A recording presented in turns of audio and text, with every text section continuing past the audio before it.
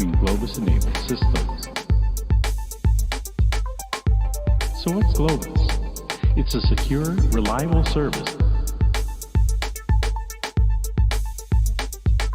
More than 150,000 registered users rely on Globus. More than 150,000 registered users rely on Globus. So what's Globus? It's a secure, reliable service. With the Globus platform, you can easily incorporate robust capabilities. And if the data is sensitive, no problem. Globus can be used to manage protected data.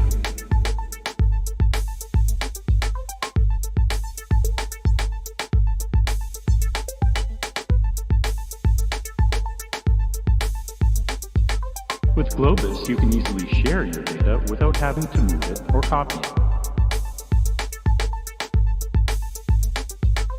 With Globus, subscribers can easily move and share. And if you have any more questions about Globus, visit Globus. More than 150,000 registered users rely on Globus.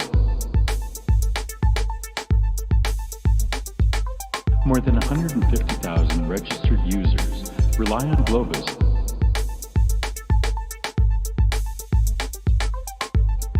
If this sounds familiar, you're not alone.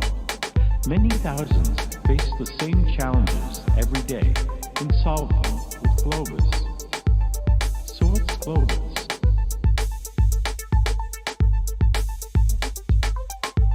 So what's Globus? It's a secure, reliable service. With the Globus platform, you can easily incorporate robust capabilities. More than 150,000 registered users rely on Globus.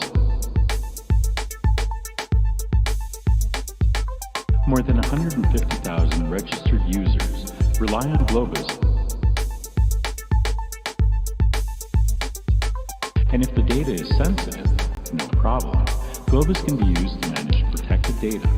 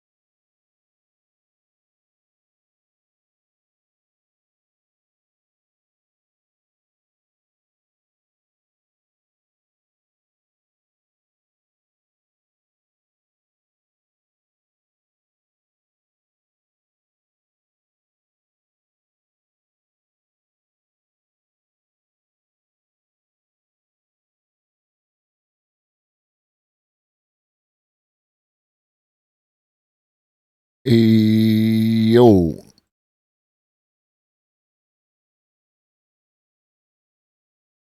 Yo.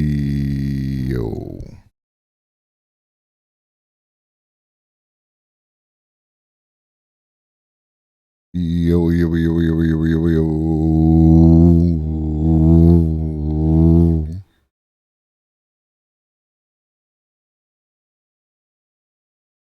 What up, though?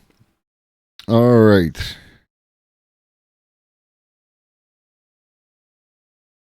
So something is still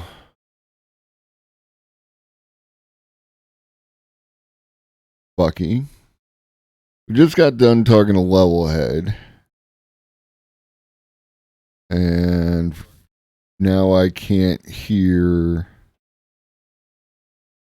the video.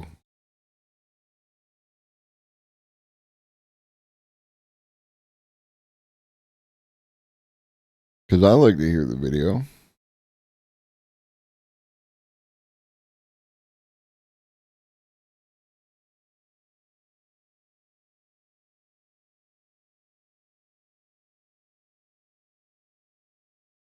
Okay, now I can. Okay, we're good.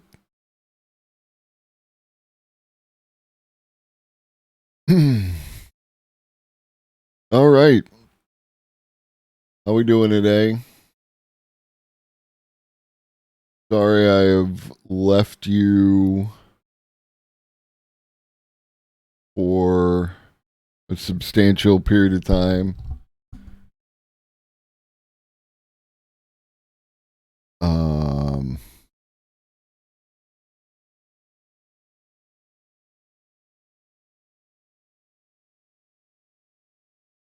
But I'm back.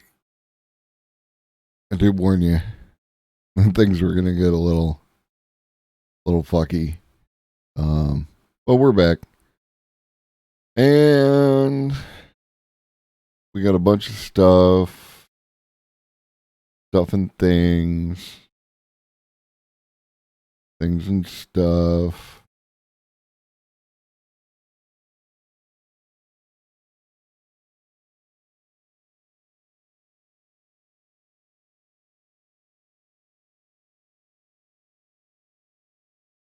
Okay, recently we talked about, before we get into what today's program will be about, we're going to talk about a little follow up. If you remember from a previous, holy shit.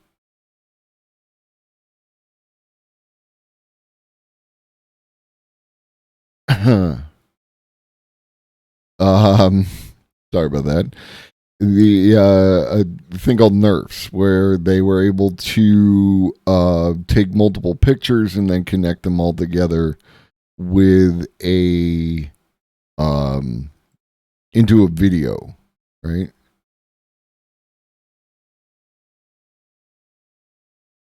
And that is this. Right? This ad was produced by a single person, no $1 million budget, no drone, no massive film and editing crew. It's all thanks to Nerfs.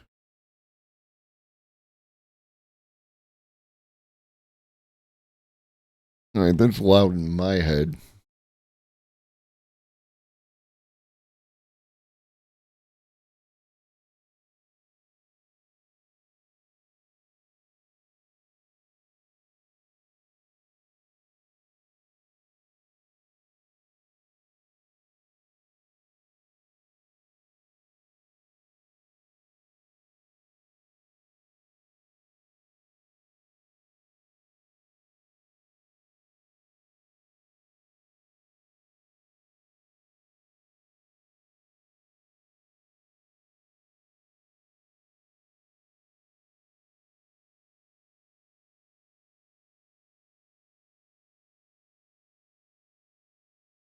All right, so Levelhead did help me figure out one thing, and now I can turn stuff down outside of the thing.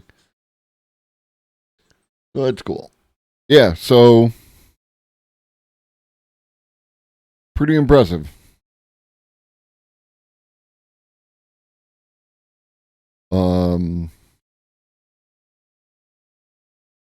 I was going to cover this, but I don't feel I have to. It's Bill Maher and Elon Musk talking. What else? Am I not following? Fix that. And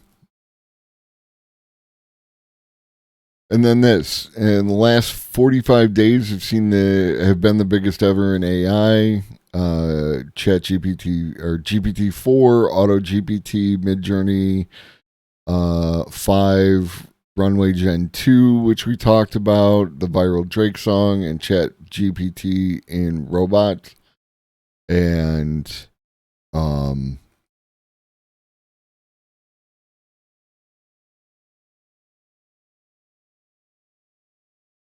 like this is impressive.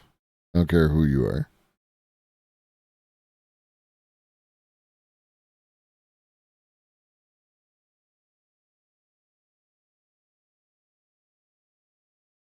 And then Runway again is text to video, continues to get better.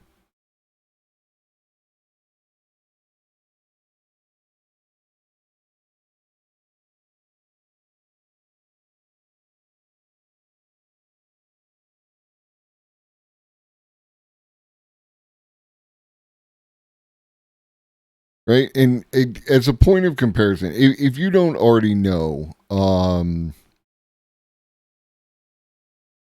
was it AI pizza? Could bring it up, right? There's this AI generated pizza commercial, right, that people have been dunking on because it's like,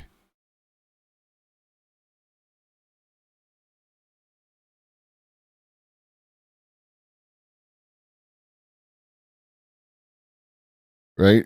So obviously there's weird shit happening. Okay. Now, juxtapose that with this.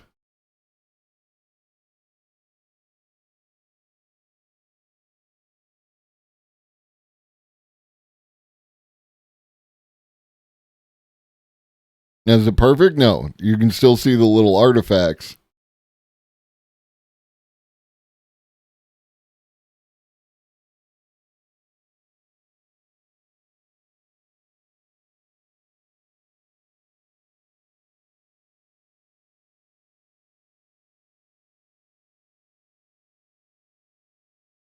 But nobody's going to talk about this, right? They're just going to talk about the one that they can dunk on.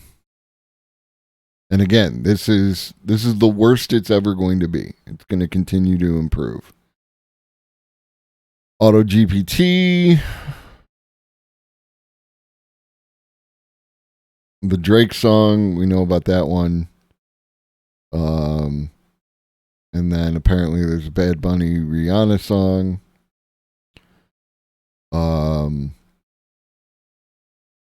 An advancement in computer vision.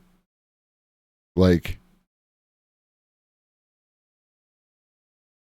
you can see up here all these little dots and everything else. It's picking up a lot of artifacts within the frame as it's viewing it, where this one, it's much crisper, much tighter, right?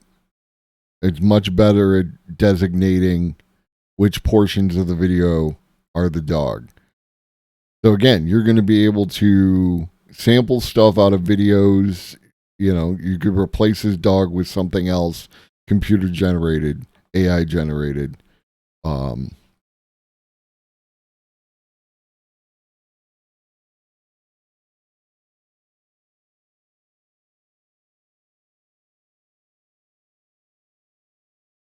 Run ChatGPT natively in your browser.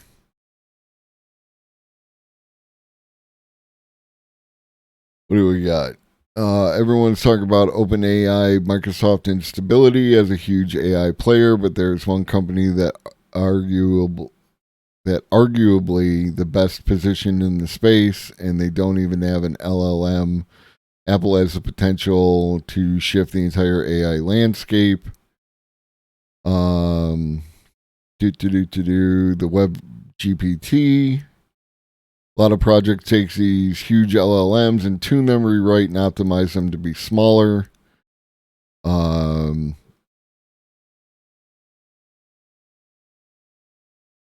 the idea here is, again, is reducing the size requirement of the program that's running, right? Like, you need to be able to run this on a cell phone. You need to be able to run this on a laptop.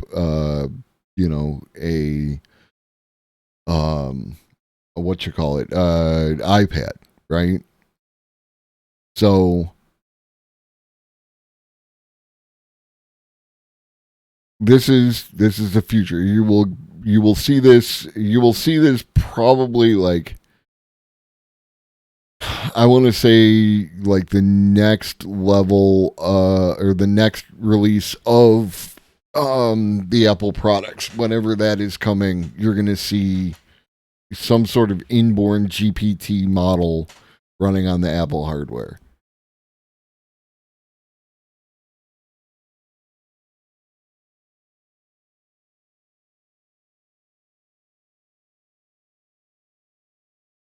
M2 MacBook, 64 gig of RAM, running Llama.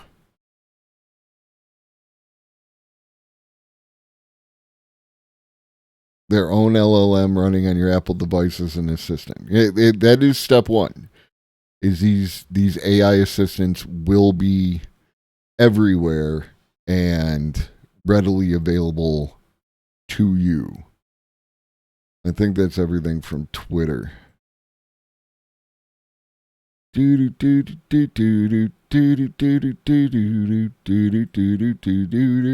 right, so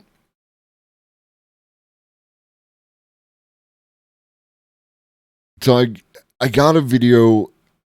I think it's a very good video on the subject. It's kind of long for stream. I know you people like, you drift off if the video is more than like 10 minutes. But that's not why I do this. I do this to do the education. I do this to do the resource. So we are going to watch a long ass video. But before we watch the long ass video, we're going to watch two short videos.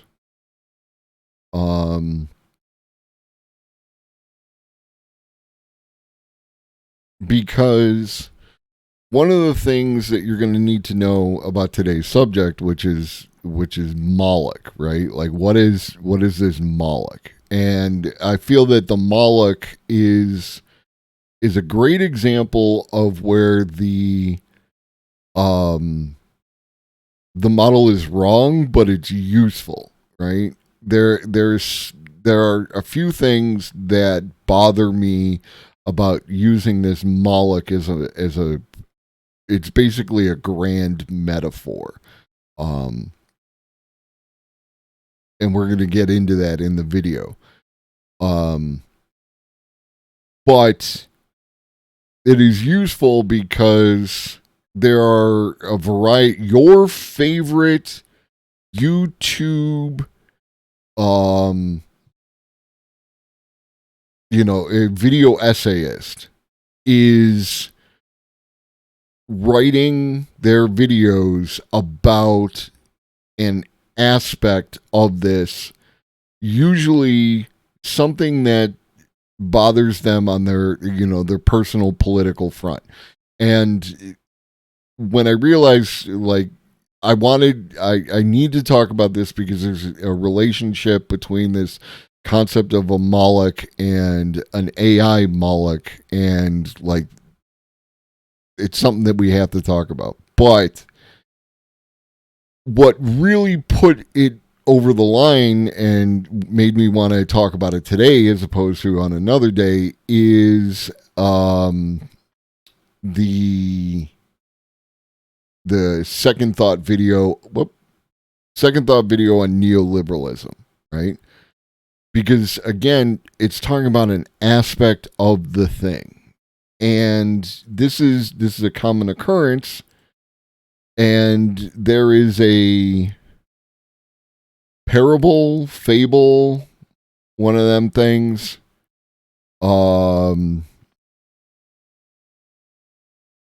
Apologies if there's anything in here that comes across as like culturally insensitive or anything else. It's the story that has the value. I hope everything is cool here, but if it's not, then put it down to that. So yeah, here we go.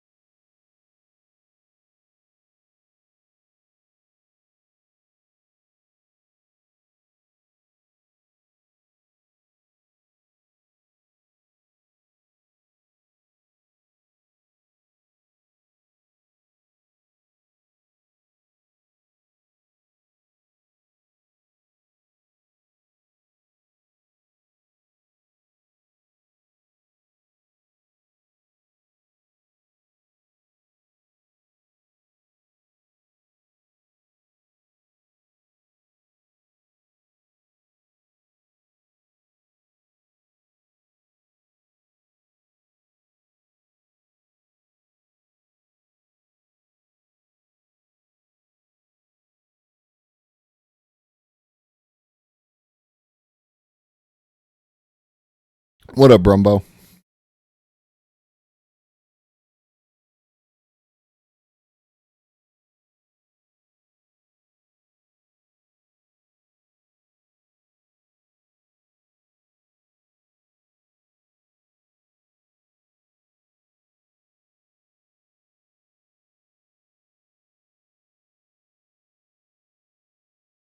Yeah, no, that like when we spoke with Phenomenauticus, right? Like that was one of the things that he talked about is that what if AI is like dreaming, right? And um there's a lot of similarities to when an a like what a dream state feels like and what the AI is producing. You get me? All right, cool.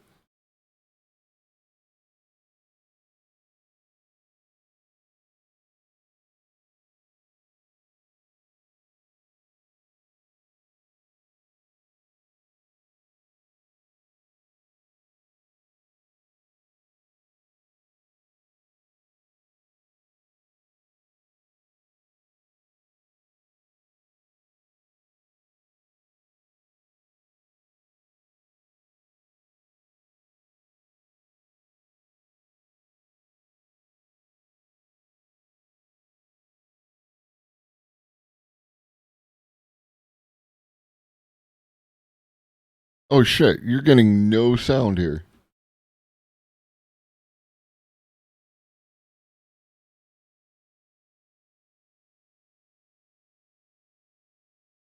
Hold up.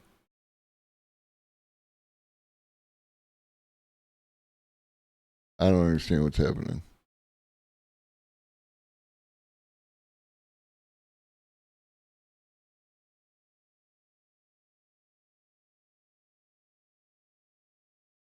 We heard the YouTube video from earlier,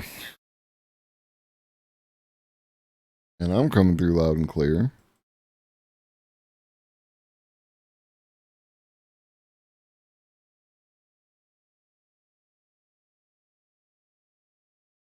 If I can't do YouTube videos, it's gonna be a problem. What up, old lobster?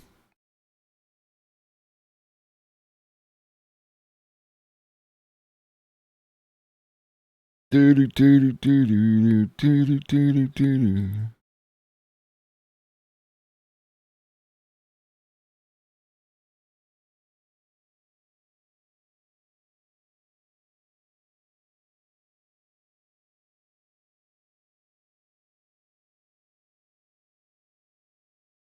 504 gateway timeout at the top. See? See, that's why I need y'all. Y'all are like tech savvy enough.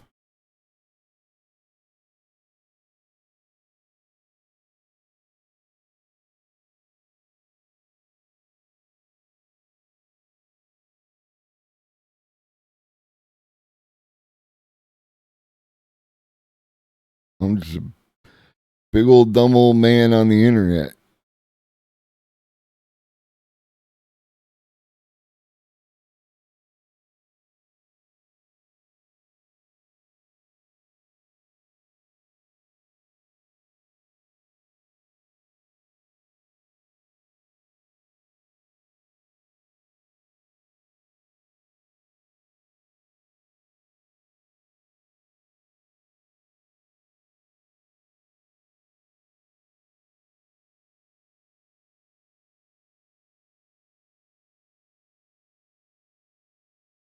No.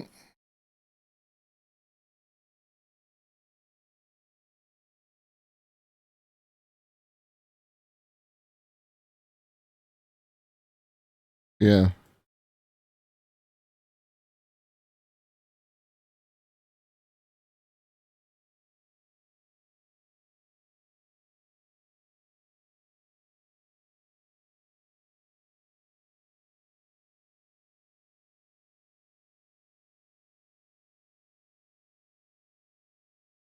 Jesus Christ. And now I'm getting a.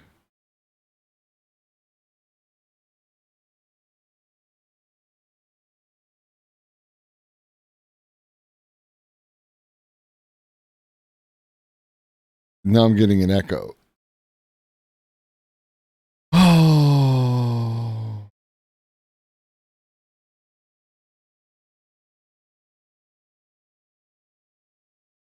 Do do do do do do.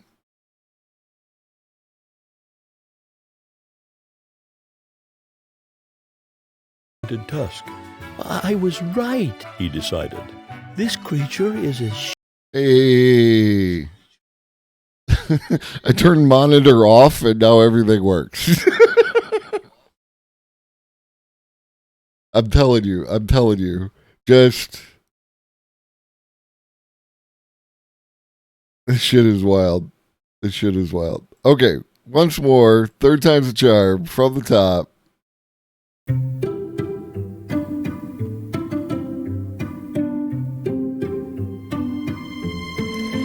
There were 6 blind men who grew up in a village in India, and the community kept them safe and shared with them many stories.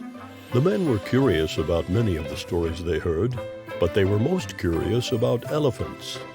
Based on the stories that each of them had heard, they argued about what elephants must be like. The community grew tired of these arguments and arranged for the men to visit the palace, where they were greeted by an old friend from their village who worked as a gardener on the palace grounds. Their friend led them to the courtyard. There stood an elephant.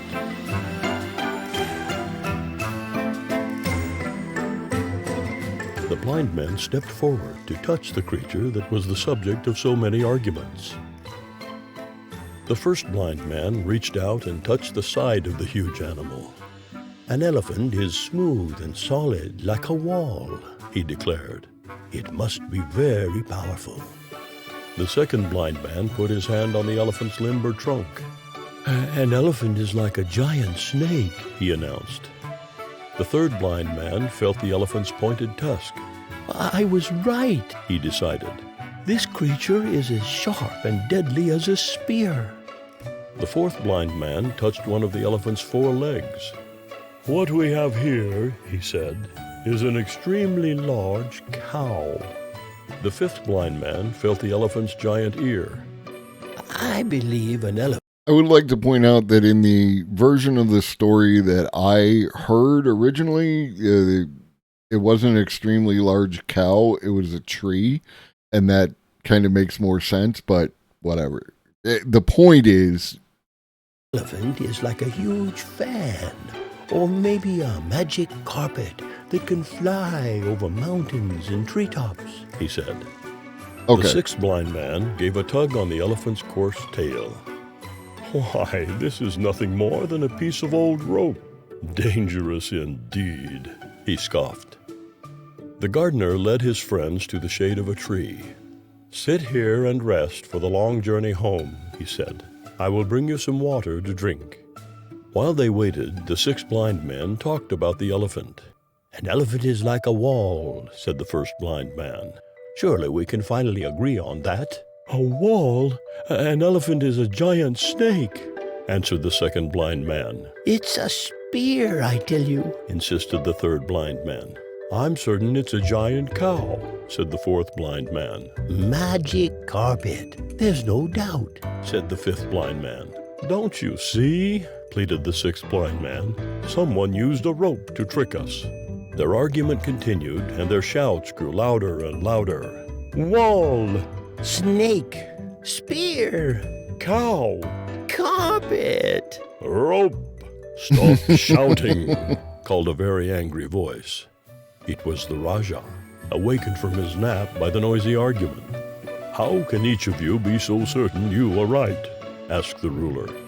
The six blind men considered the question, and then, knowing the Rajah to be a very wise man, they decided to say nothing at all. The elephant is a very large animal, said the Rajah kindly. Each man touched only one part. Perhaps if you put the parts together, you will see the truth. Now, let me finish my nap in peace.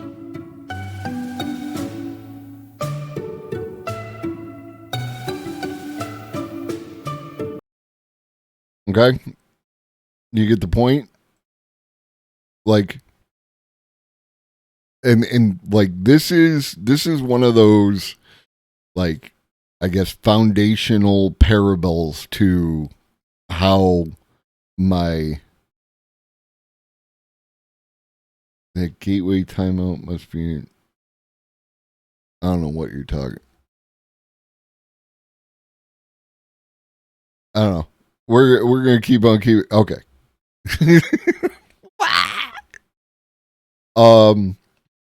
This is one of those foundational. Thank you. Foundational like parables to my way of thinking, right? Like, is because and you know that people will see an aspect of something and they will argue their damn full head off about that aspect without considering its place within the larger thing, whatever that larger thing may be, right? And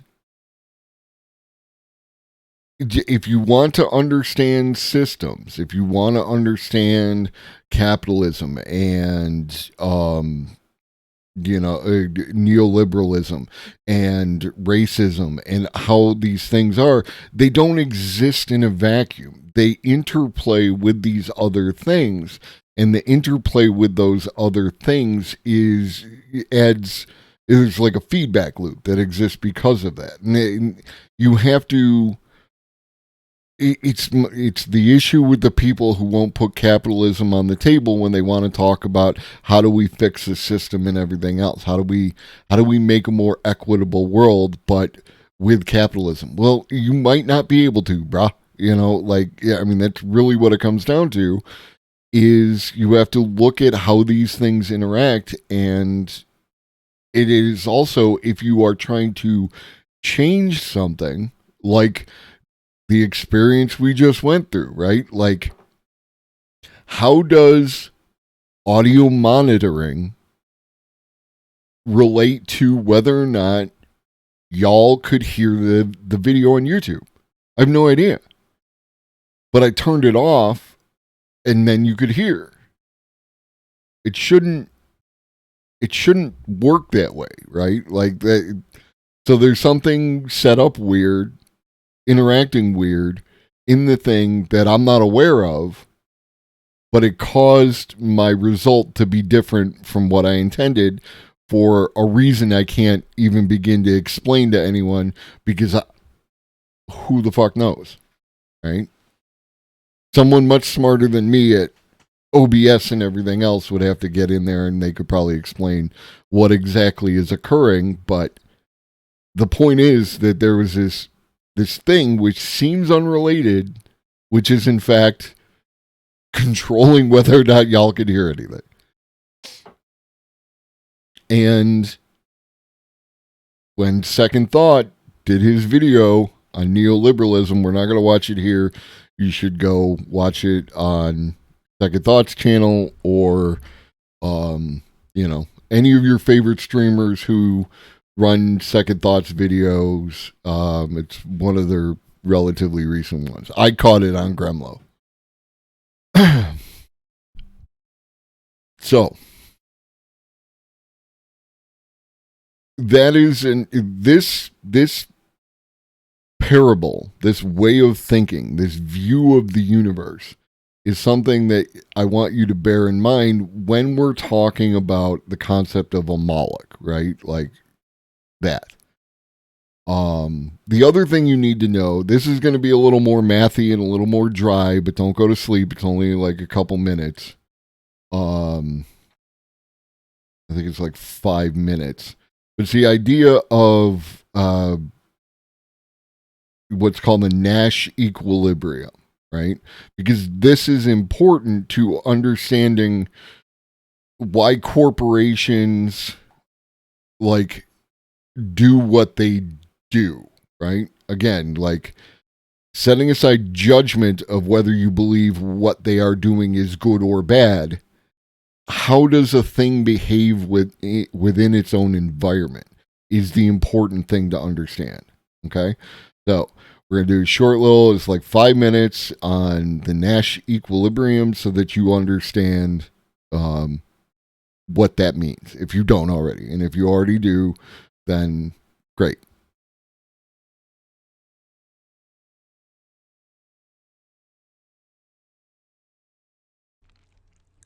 Hi, I'm William Spaniel. Let's learn some game theory. Today's topic is what exactly a Nash equilibrium is.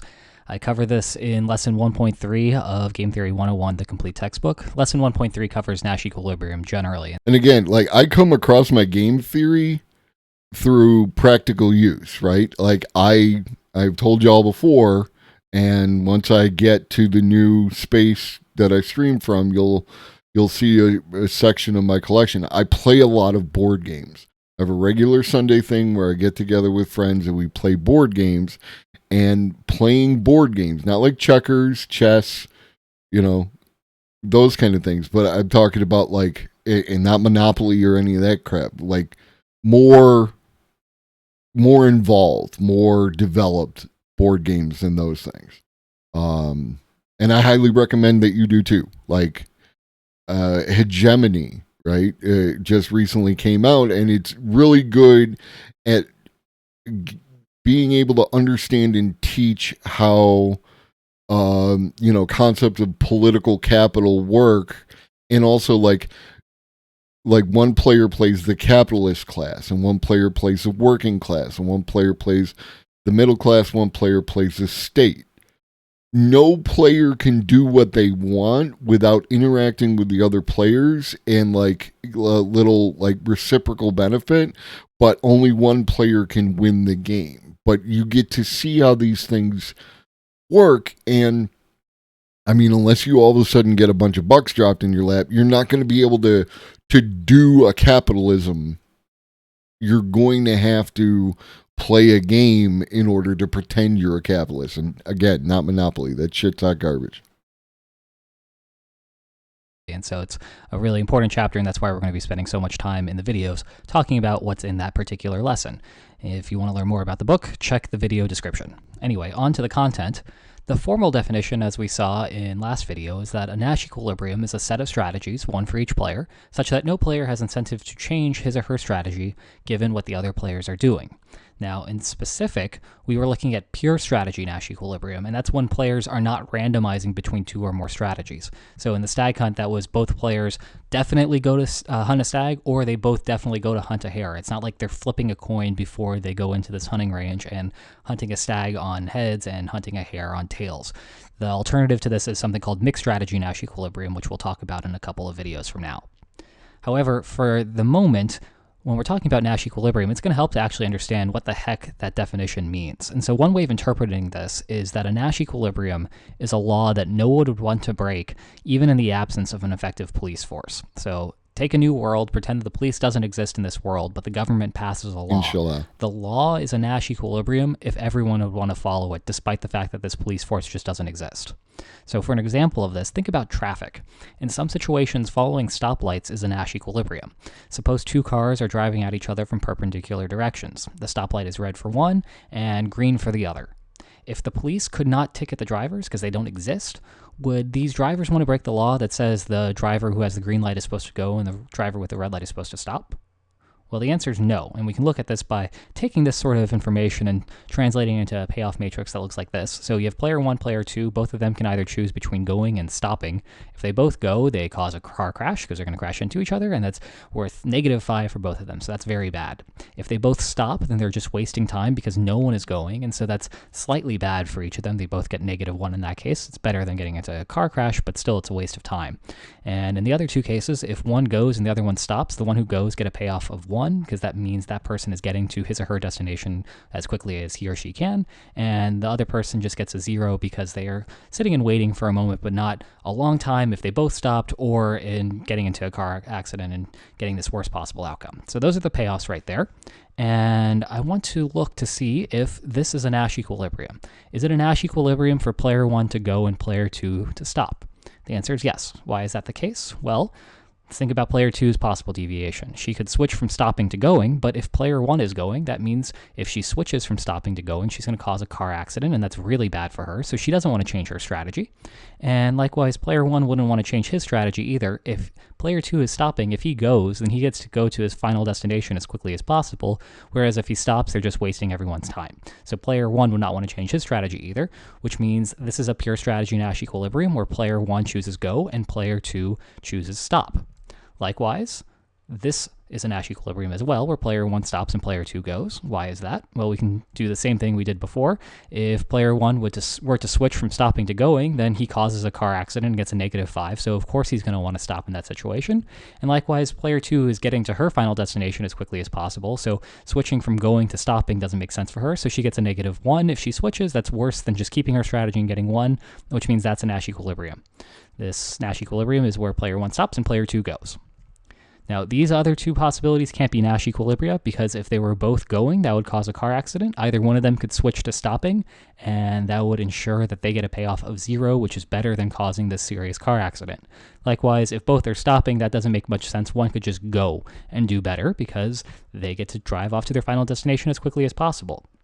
So that leaves us with just two pure strategy Nash equilibria where one player stops and the other one goes. And the reason that the stoplight is an enforceable law here is because it tells one of them to go and one of them to stop. So if player 1 is getting the green light, that's the equivalent of this sort of equilibrium right here, where player 1 sees the green light and knows that he's supposed to go, and player 2 knows that she's supposed to stop. And so given that, neither one of them is going to change his or her strategy, and so then you end up getting a Nash equilibrium based off of what the stoplight told them to do. They are following the law, not because the law is enforceable by police officers, but because it's in their own self-interest to follow the law. And likewise, it's the same story down here when player 2 gets the green light and player 1 gets the red light. They don't want to switch their strategies, not because of a police force, but because they don't want to cause a car accident or just waste time stopping and waiting for the other guy. So to wrap things up, once again, Nash equilibrium intuitively is just a law that no one would want to break, even in the absence of an effective police force. So that wraps up this explanation. Okay. And the way that we're going to use Nash equilibrium next, it deviates from that somewhat, right? Like, it's not, it's just the intuitive nature of what he said is an easy way to understand how it works, right? Like, the idea is that the actors involved are going to act out of their self-interest, and they're not going to do something which is going to negatively affect them while giving, another person an advantage, kind of thing. In this case, it would be a little more accurate to talk about, like, where instead of stopping, if you choose to stop, you might, like, get into an accident. It'll make more sense in a second once I fire up this Mash equilibrium. Thank you. This next video that we're going to watch. And again, it is a long video. Hey guys, so I don't know that we are going to watch the entirety of it. We are going to try and get to the important parts. I might speed it up. We'll see how it goes. I found the entire video informative, but it might not be conducive to, because of the additional time added with commentary. There's only so much time in the day. But let's get at it. This is Liv Bory, I think is how that's pronounced, if I remember correctly, and former poker player, and also physicist. Something. You like got skills in multiple domains, basically. So this is a bit of an unusual one compared to my usual format, because this is a long-form conversation that was actually meant to be part of my upcoming Win-Win podcast that's going to be launching in a few weeks. But the topic of it is so urgent that Daniel, who I'm talking to, and I decided to release this early. You will have noticed how mad the rate of AI progress is getting. And I say mad in like every sense of the word. It's incredibly exciting, and there's so much cool stuff coming out. Like, just, I can't even keep up with it. But at the same time, it's also a little like overwhelming to the extent that, we are creating technologies that we don't even understand and unleashing them and connecting them to the internet. And it feels like the potential risks and harms of that are not being properly internalized into the sort of general calculus of... What up, Changebox? Daniel Rottenberger is awesome. That's who they're talking to. Okay. Check out Rebel Wisdom's War on Sentence Making for more by him. War on Sense Making. Okay. Yeah, no, I like... For some of the people in the audience, you might regard some of their takes as like libbed up, okay? But like I know that Liv here is one of those people who I don't believe would put capitalism on the table kind of move. I don't know about Daniel. Like through the process of watching this video, you'll see what I mean. But just if you get a natural like gut urge to go, oh, this is just some lib shit, put it down for a second. Remember, one of the things that we need to talk about is things as they exist within their environment, right? And we should be listening to reasonable people of different political takes than us, right? Like, that is not an issue. It's people who have different political takes than us and who have lost their goddamn mind who are the problem, right? Reasonable people across the board. All the different people doing this. So yeah, in this conversation, I'm talking to Daniel Schmachtenberger, who is frankly just one of the smartest people I've ever met. If you've been following my more recent content around this topic of Moloch and game theory and when is competition healthy and unhealthy, his thinking has inspired a lot of this content. So it's a real pleasure to be finally talking to him. And specifically, in this conversation, we get into, I think, a sort of blend of topics that haven't really been discussed in this way before. We talk about the nature of game theory and Moloch and how it interplays with our wider sort of capitalistic economic system, and how that also then interplays in the development of AI. So if any of those topics interest you, and they should, because if you live on this planet, this will affect you for good or for worse, then you should take the time to watch this conversation in full. It's one of the most fascinating chats I've ever had. It's also one of the most terrifying. So let me know what you think.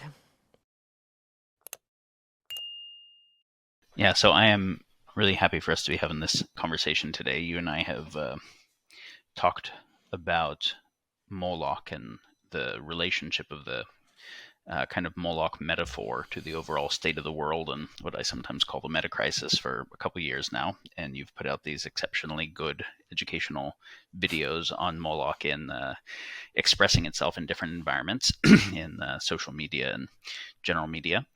I hope everybody has watched those.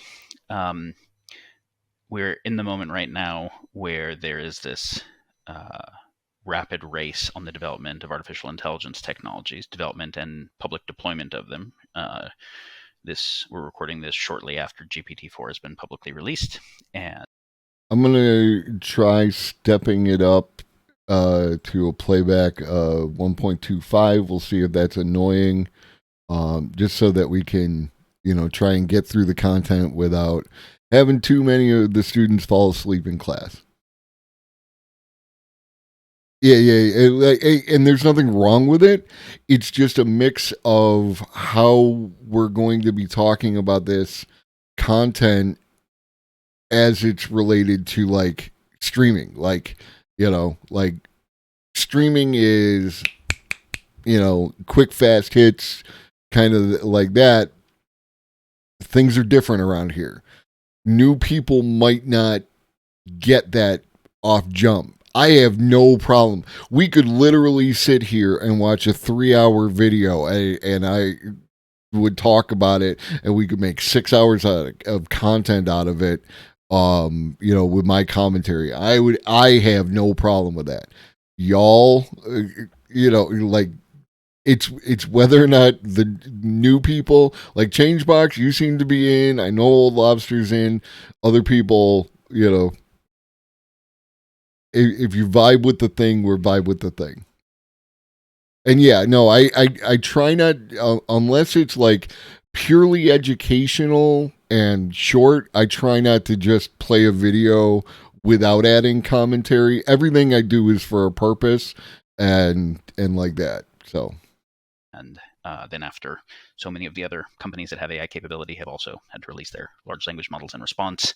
And so what I'm actually really wanting to talk about is AI risk and a way of thinking about the totality of the AI risk landscape that is, for me, clarifying and a little different than the way AI risk is usually talked about, and maybe unifying across different categories of risk, and they give us some insight into how to think about what protecting against it might require.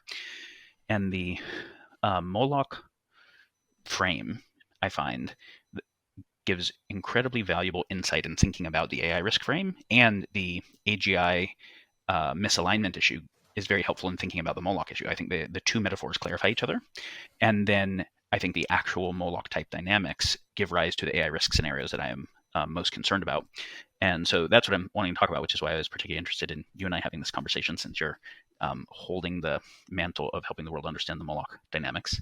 And so with that, I would love if you would share what the Moloch thing is about for people who don't already know. I know most of your listeners will already know, but why are we referring to it that way? What is the phenomena? Why is it interesting? Sure. So probably the most concise definition I can give is that it's the god of negative sum games, like unhealthy competitive situations. So by that, I mean like a system of bad incentives that incentivize agents within that system, players within that game, to sacrifice more and more of their other values in order to win win within that narrow domain. In other words, win.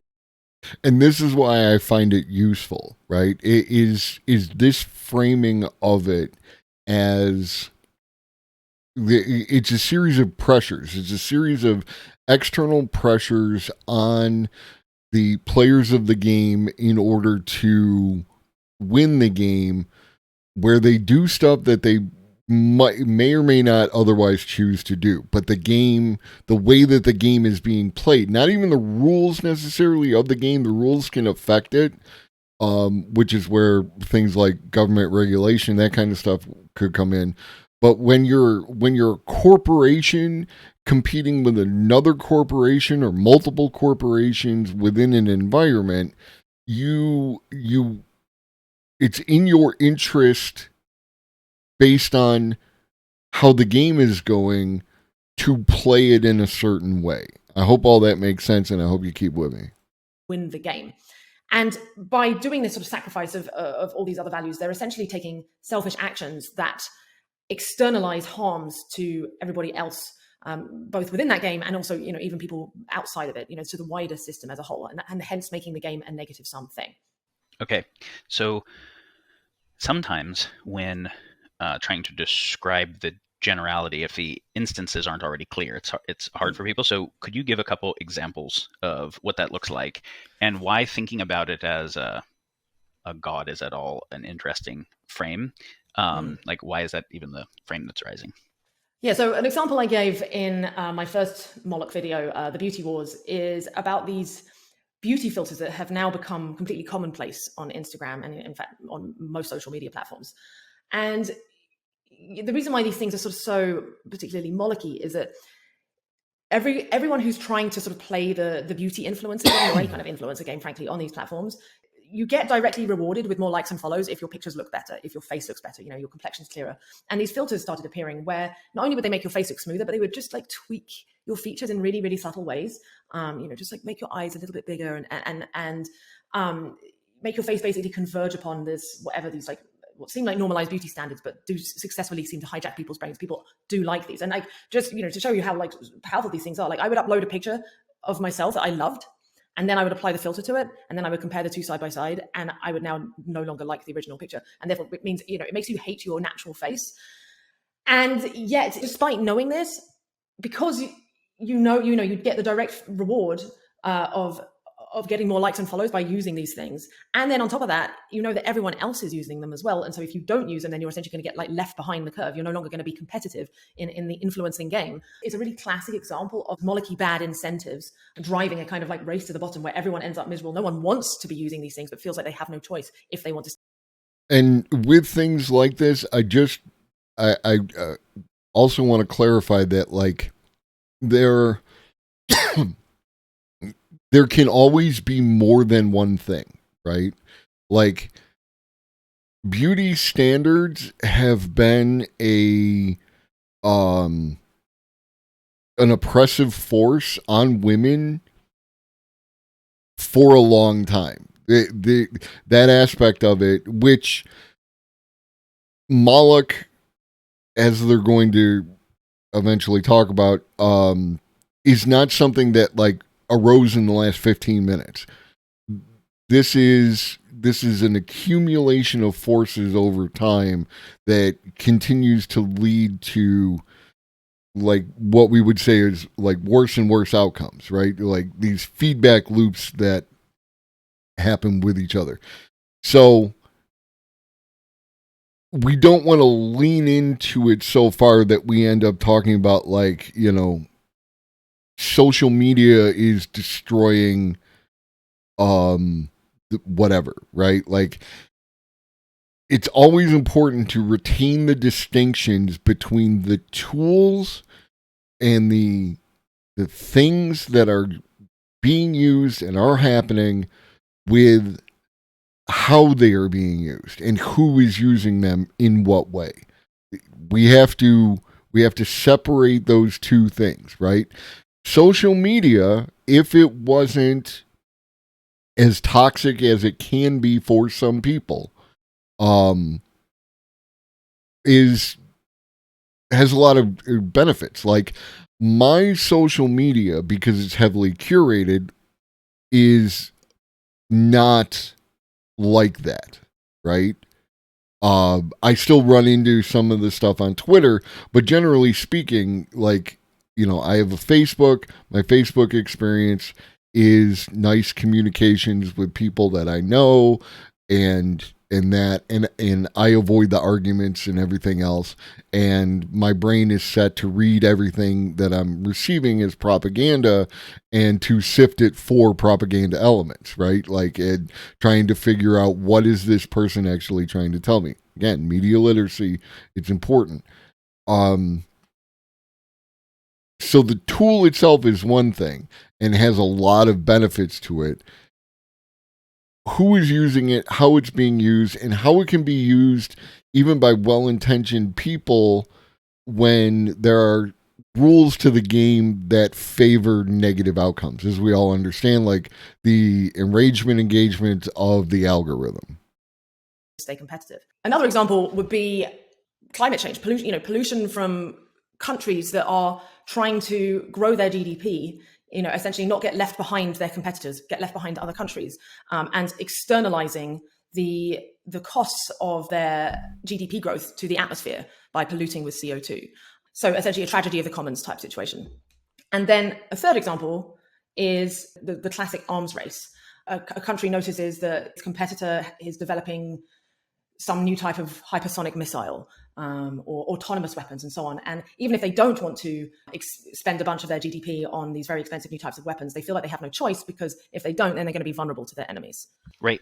So first, it's worth noting that each of these are already abstractions across a lot of cases, right? When we describe an arms race, whether it's these two countries or these two countries, and whether it's on hypersonic missiles or AI weapons or bioweapons, those are each different instances. So the generalization across the class of if anyone is developing better weapons technologies, everybody else has to develop correspondingly the counters to those weapons and the same type of weapons, or they kind of lose by default, because it's a situation where anyone does something that increases their own security in a certain way that also inexorably decreases the security of others unless they do some counter response.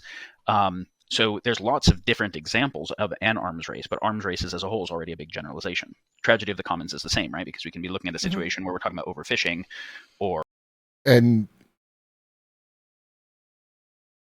again, the tragedy of the commons, when people use tragedy of the commons, it flicks that switch in me, because tragedy of the commons is often used as like, it's used wrong, right? Like that's not, the tragedy of the commons was that there was something that all people used, and then people who were able to extract value from it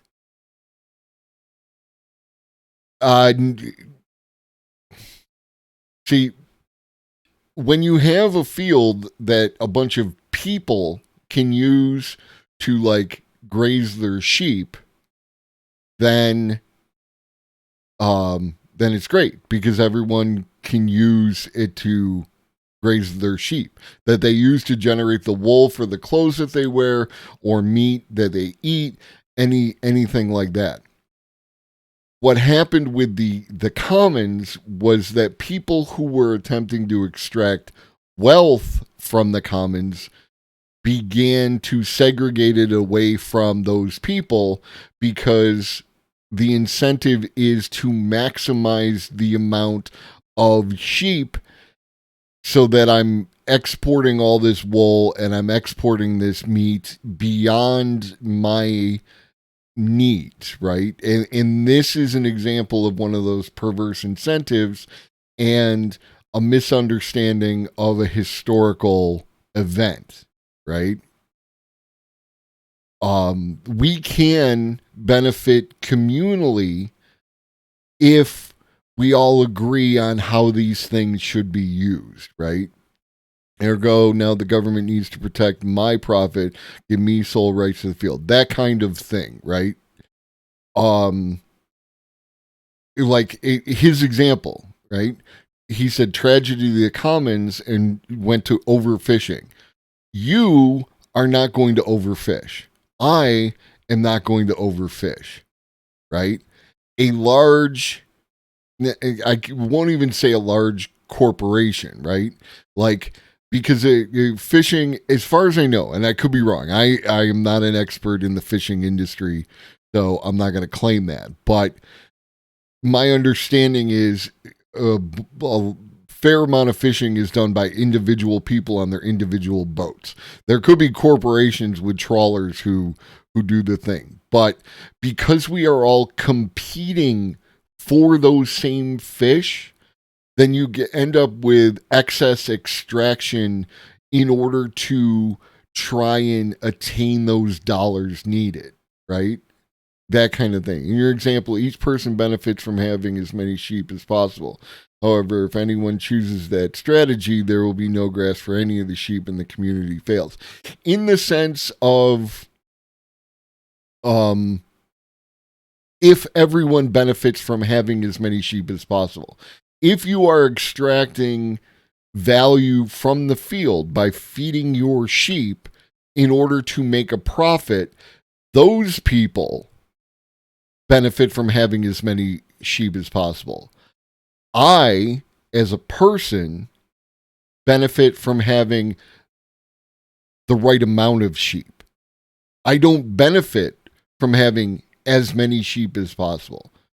It becomes, at a certain point, there diminishing returns and counterproductive for me to have as many sheep as possible, because the more sheep I have, the more structures I have to build around those sheep and systems and in modes of behavior that require me to look after these additional sheep. I hope that makes sense, right? There's a difference. There's a difference between an individual who is extracting value in order to make additional profits and the individual who is looking for sustenance, self-sustainability. You do in the sense that you are preparing for the future. Surplus is something that most of the environment doesn't do. And even with an allowance for surplus, right? Like,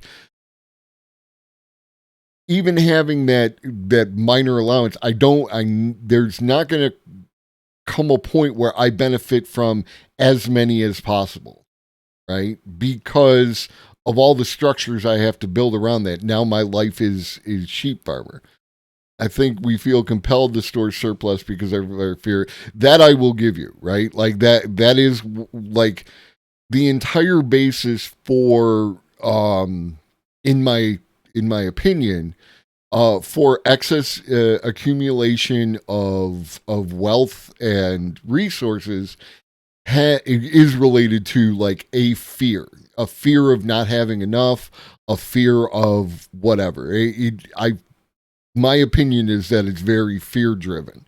And that if we spent more time on looking at things in a sustainable way, that we could maximize the benefit without that need for the fear to benefit and to extract an excess, right? Extract enough, but not so much as that you, like, one of the issues, that the reason why we need fertilizers in many places is that we are trying to maximize our yields in our fields of wheat, corn, what have you, right? So we need that, and we are sucking all the nutrients out of the ground, and we need to put those nutrients back. There are other options that I think could be done better, like vertical farming. I'm a huge fan of, and I'm not against the idea of fertilizers, but as we see, when you have a disruption in the fertilizer market, for whatever reason, we won't get into the details because it's not about that, but there's a disruption in the fertilizer market. Now this causes everyone to have problems and a bunch of downstream problems. Do we talk about American West buffalo eradication here? That is basically the ultimate outcome of the sheep field example. Yeah, like that's really like what it is, because they extracted every single buffalo, and the buffalo, because of their nature, just had no ability to deal with what was happening to them. Like, normally you would shoot something and all the other somethings run away. The buffalo would just fucking stand there and get murdered. and they were extracting for a particular portion of the resource. 100%. That is one of those negative externalities that comes about from excess extraction. It's like, this is everybody's buffalo. And the people who use the buffalo on the daily for all the parts of the buffalo knew how to manage that shit in a way that didn't go over the top. And then some people wanted to extract for maximum wealth, and therefore they just depleted the herds. Like that's a great example of how it's about what your intentions are and how you are trying to get at it. There, you can make an argument that capitalism in and of itself is just a tool and isn't bad in and of itself. I'm going to be excommunicated by the left for saying these things, right? But it is the excess wealth extraction and the drivers of that and the people who engage in that excess wealth extraction to an extreme that cause us to end up in this situations like go outside and take a look. Or whaling or deforestation or desertification or CO2. And these are all cases where the overall commons is being degraded by every actor pursuing their own near-term incentives. Right, the actual incentives laid out in the economic landscape, right. But to recognize that when we look at every environmental issue facing the world, no one is trying to extinct all the species. Nobody is trying to desertify the planet. Nobody wants climate change or the venusification of the planet, and yet the entire world is making it happen, right? And that's right, like, anyway. So when we look at features of the world that nobody wants and that are bad for everyone, why can't we change them? This is where the Moloch frame comes in, right? Yeah. And we can see that in both the arms race, everyone's like, look, I don't want to necessarily live in the world with the autonomous weapons or the bioweapons, but we have to because they're going to. And if we all make the agreement that we're not going to, how do we know they're keeping the agreement and they're not lying and defecting in some underground military base? So we have to assume under partial information that they are doing the thing, because the risk test would be too high if we assume the other way. So under partial information, we have to assume that worst case, do the same thing. They're assuming the same thing. So because of the inability for trust and coordination, we get this kind of race to the bottom. And the same is true in all these various scenarios. So we see a lot of features of the world that it seems like are comprehensively bad for everyone, trending in a much worse direction. Nobody can really do anything about and nobody wants. And so these properties are kind of the emergent properties of bad coordination.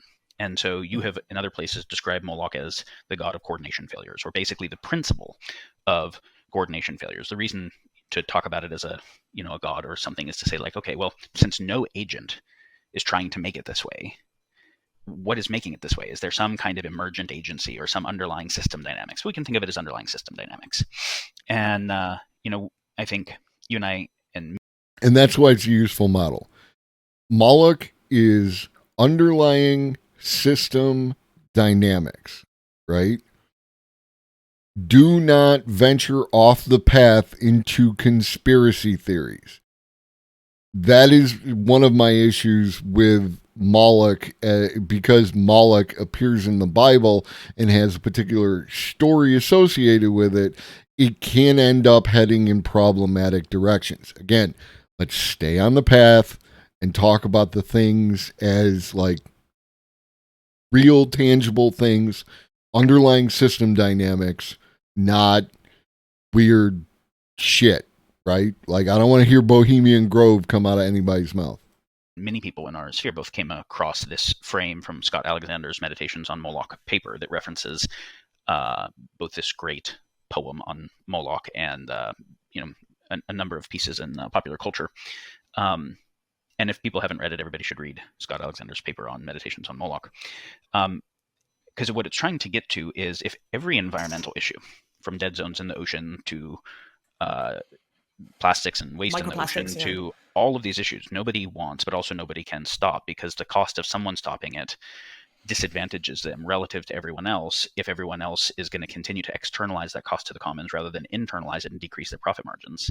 And so how do we deal with that thing? And if all of the things that are moving us towards increased likelihood for global catastrophic risk, or at least many of them have this in common. This is an underlying feature that we have to really understand, right? And so you could call it the God of coordination failures of the unhealthy kind of game dynamics, not the ones that upregulate because yes, an arms race upregulates everyone's capacity in a certain way, but it is also upregulating a capacity that everyone wishes we didn't have that is only relevant because everybody else has it, right? If we could all just agree to decrease military spending by a factor of 10 and reinvest all of that in healthcare and infrastructure and everything, the world would be better by everyone's standards. So we're not saying that there are no types of competition that lead to positive sum dynamics, but there are these other ones.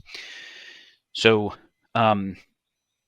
so it's very interesting. Like Moloch can be seen as a kind of way of looking at generative dynamics that lead to the overall state of global catastrophic risk, right? That there are other places where I've talked about the meta crisis and tried to give a formalization of it. We can link that here, so I won't do it at length, but I'll just very briefly say the meta crisis thesis is that we are at a unique time in history where there are an increasing number of global catastrophic risks with increasing probabilities. And that has never been the case like this before, where the attractor state of increasing catastrophe is the most likely attractor state of the future across many different dimensions of how that could play out. And the other attractor state, and maybe I'll come back to that. I'll explain this one a little bit first. It is a catastrophic risk. A great filter. I don't like right? Like when referring to the great filter, like I say a great filter. I feel like there's, again, like in the sense of you can overgeneralize, over abstract too far, and I feel like referring to any number of different things as the great filter kind of like diminishes them, if you know what I mean. Yeah, but just because something is hard doesn't mean we should do it. And yeah, again, I'm not like, like, I think that, like anything else, if you're going to communicate with people, you're going to talk to people in a language that they can understand. And then, and it's going to create that feedback loop in that kind of scenario. Like they are going to, however people refer to stuff within the space, they are going to refer to it in that way. I've always imagined it as the peak complexity of a societal system which causes a collapse, not an extent. But like, it wouldn't even be the peak complexity, right? Like the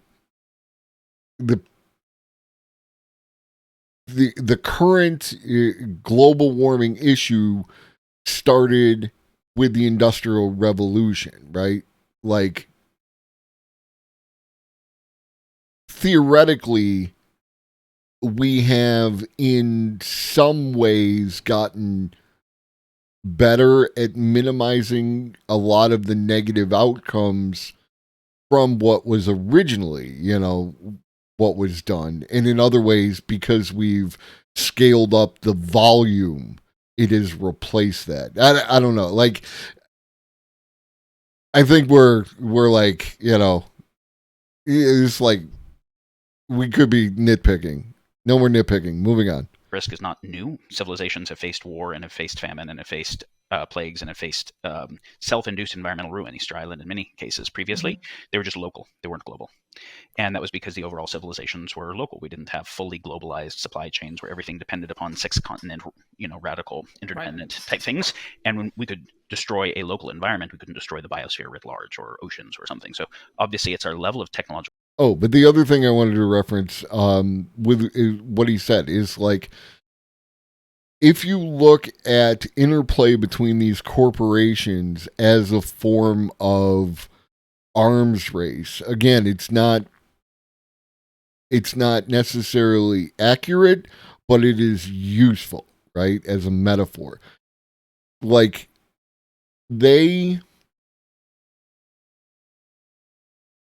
if a corporation were to act in a, let's say, more responsible way, like cut down on some aspect of what they were doing that is producing a negative outcome for other people, some externality.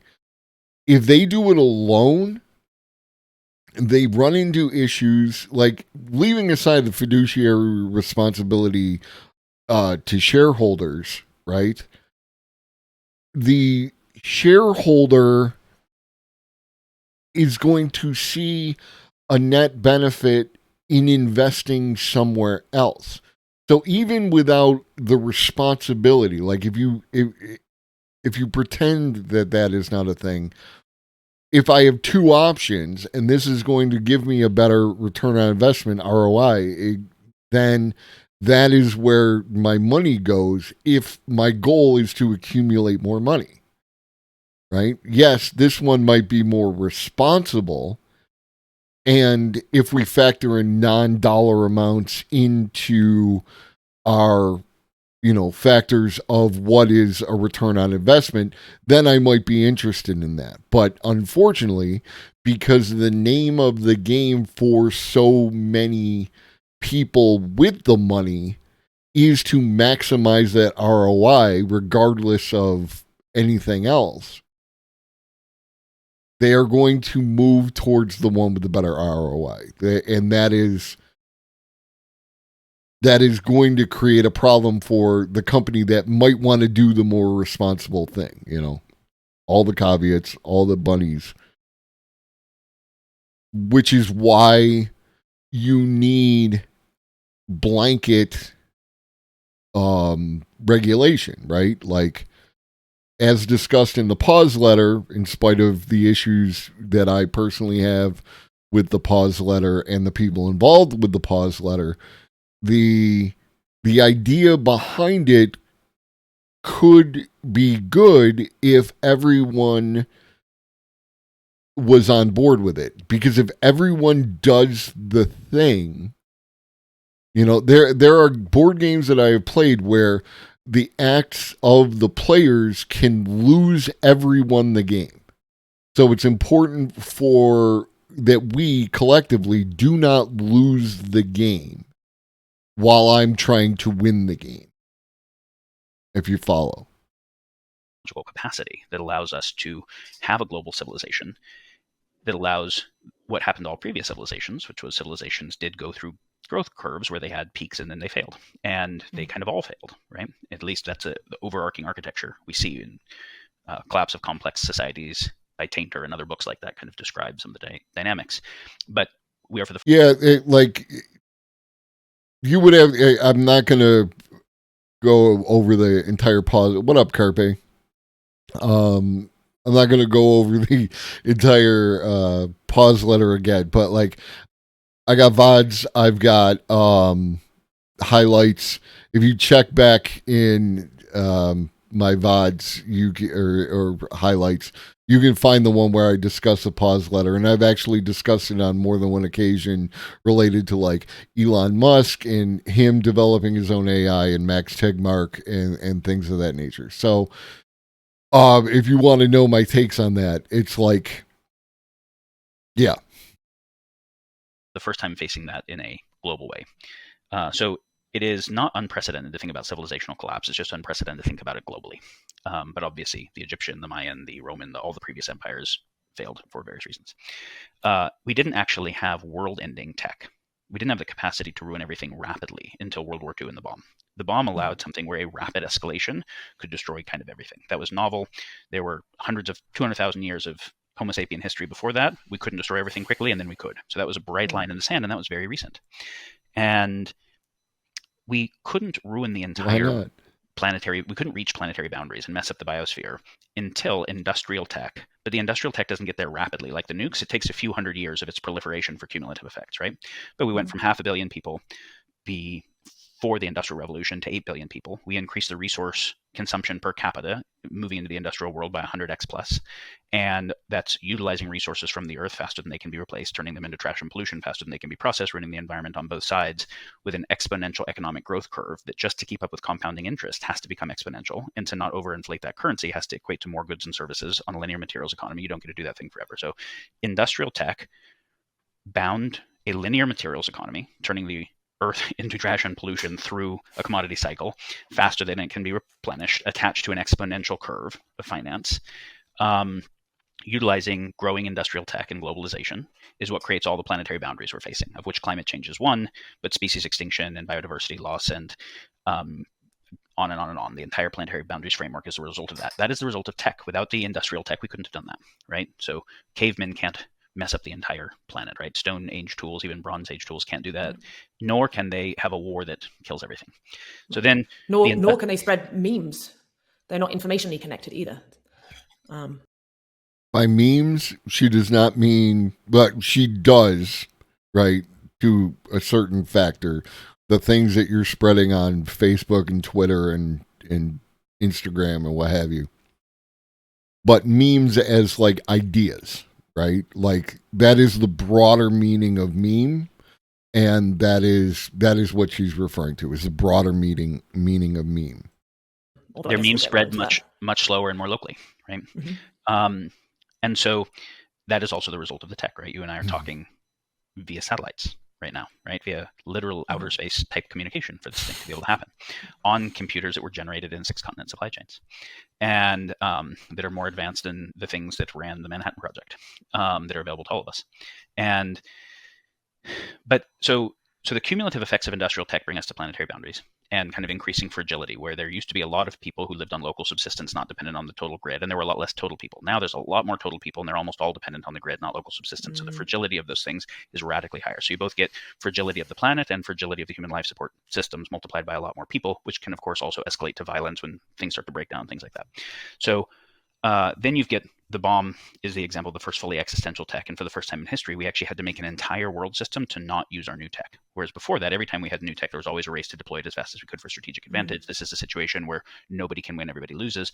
So mutually assured destruction and the entire post-World War II world of the Bretton Woods financial system, the UN, et cetera, was all how do we make a world system that doesn't do that thing.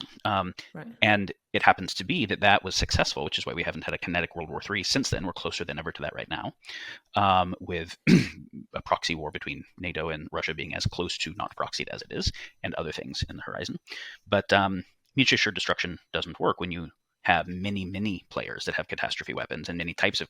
And not to harp on, that thing,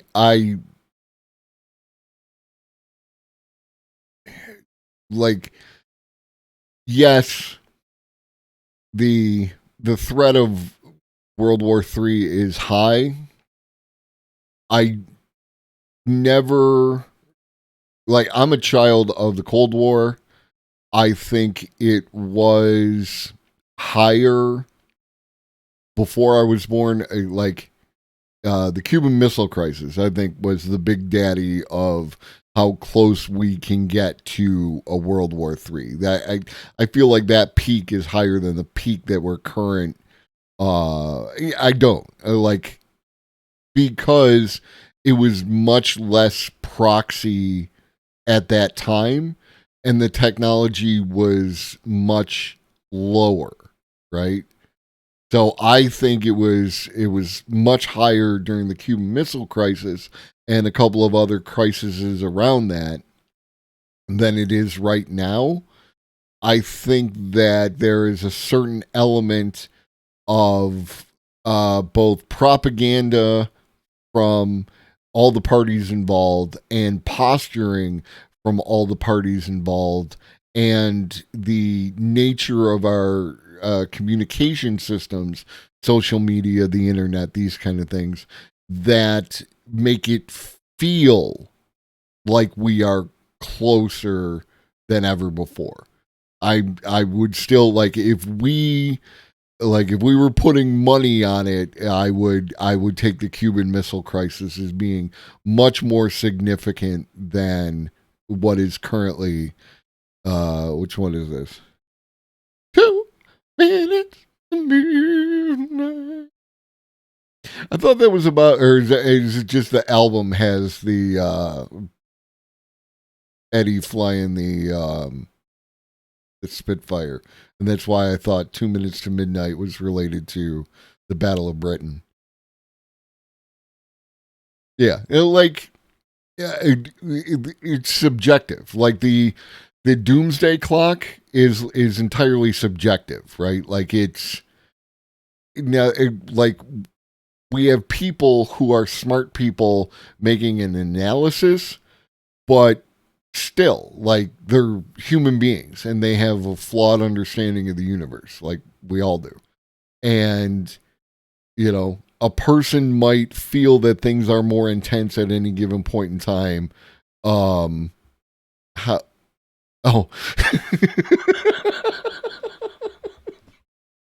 My bad. Yeah, like, it's your boy. Back to the video. Of catastrophe weapons, which is the scenario we have now. It's like a local minimum, but there's like it's a very tiny minimum where just a little nudge and it could fall off down the hill. There's many routes for it to topple off down the hill. Yeah. So. And the other thing is that a major part of the post-World War II solution was one of the major reasons. Like, I hope that you disagree at least somewhat with something, because, or maybe not. I don't know. Maybe I am correct all the time ontologically. Okay. Either way. For war, as you mentioned before, was competition over resources. And if major nations want to be able to grow their economic quality of life for everybody, i.e. they want more stuff, to not have to invade each other to take their stuff, how can everybody get more stuff simultaneously? Well, we can create an exponential monetary system and globalization and free trade and much more industrialization, and just take stuff from nature faster so that everybody can have more stuff exponentially, right? Super positive sum dynamic. Except you can't take stuff from nature forever and be able to keep doing that. So you start hitting planetary boundaries, and we're right at that point. And then when our own inability to keep growing without taking other people's stuff comes, now the conflict type dynamic. So a part to the planetary boundaries we're facing are actually partially the result of the solution to not World War III, which is why also the degrowthers have to factor that degrowth ends up driving World War III if you don't have other ways of tending to the fact that many people would not voluntarily choose austerity in the presence of less stuff. They would choose war in the other if they thought they could win. But then the flip side argument is like, okay, so yes, to an extent. And then, like, under the current scenario, I feel that there are ways to, again, provide for the needs of every human being on the earth with our current levels of technology. Our issues run into distribution problems more than creation problems, and that feeds into the scenarios of, you know, extracting more from the commons than you would otherwise do. Like, you know, the driving of deforestation, you know, like, let's say my understanding of the driver of deforestation in Brazil is related to growing additional cow meat. If we could feed people, if there wasn't a competition, take it even one step back, if there wasn't a competition for cow meat and to the production of cow meat in order to acquire more dollars or what have you, then you wouldn't have the thing about deforestation, right? Like, because it's not even in that type of scenario, it's not even just, can I deliver cow meat to people at a lower price? It's, can I deliver sufficient cow meat to satisfy the needs of the people who wish to buy the cow meat, right? Because if I want 200 and you only offer me 100, and this person will offer me 200, but I might pay slightly more, then I might still take that 200 at the slightly more because it satisfies the entirety of the need. This is why, like, these systems, it's not as simple as just driving down costs and everything else. The entire nature of the perverse competition has its own intricacies and nuances. We had everything we needed long ago. We will never have everything we want. You can't have everything you want, right? Like,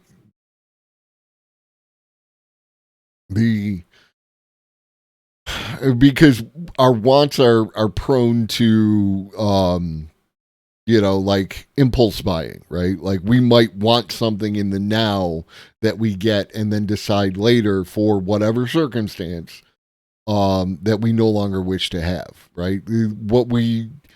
In order to have everything we want, we would need some sort of ultimate recycler like a reverse Star Trek,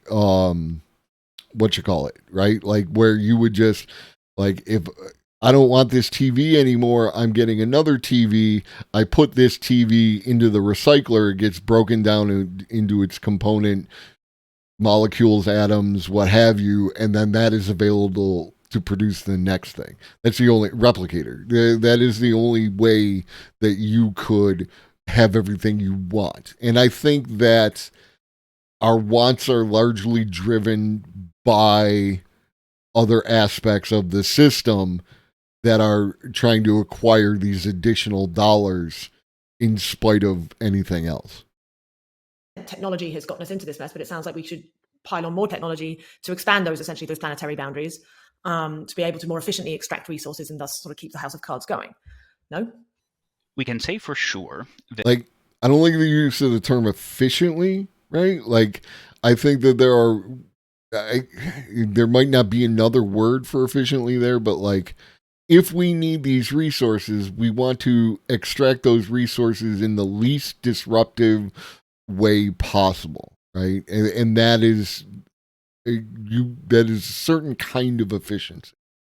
But efficiency could also be like, we'll just murder all these people and bulldoze this entire place and just pull the shit out of the ground, and then whoever's left can have whatever we leave behind, which is no good for anybody. That Luddite solutions don't work, even if they would be better, because of multipolar traps, because of Moloch, because the tech equals power. And if somebody says, hey, this tech is causing harm, so we're not going to do it, they also just lose in the short term to whoever does, right? I see. And so, okay, we think AI weapons are bad, so we're not going to build them. We think, okay, great, then you're going to be destroyed by whoever does. So, Right. so unless you can get universal agreement, you can't just lose an arms race. And this has been one of the challenges of whether it was China engaging with Tibet, whether it was colonialists engaging with the Native Americans, whether it was Genghis Khan or any of his guys engaging with more peaceful tribes that were smaller. The peaceful tribes lose at war. And they also lose at population games, right? Like Right. the ones that are going to unrenewably use the planet to grow their population faster. So we are in this unique situation where the result of that is an exponentiation, right? It's who has made it through are the people that both win at war and win at economic growth. And so we have radically more warfare, like total. In the current framework, right? Always take anything being said within the current framework. Human beings are very good at working together for outcomes, right? Like we watched that video, the cartoon, where we defeated smallpox, right? Like we are capable of doing grand things when we come together and do them. Like it is, if humans were by this alleged human nature, the way that people who use human nature to describe bad behavior, if we were actually like that, we would not be here. Everything that we have is because we worked with other people, right? Whether it's other countries, right? Because borders are imaginary.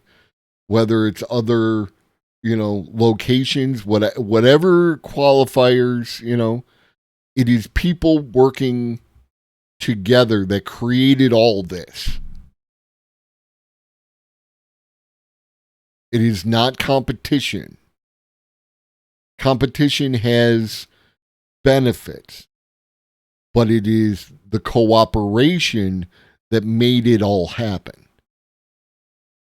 total warfare potential, and that is radically more distributed and radically more externalities on the environment and all the fragilities associated.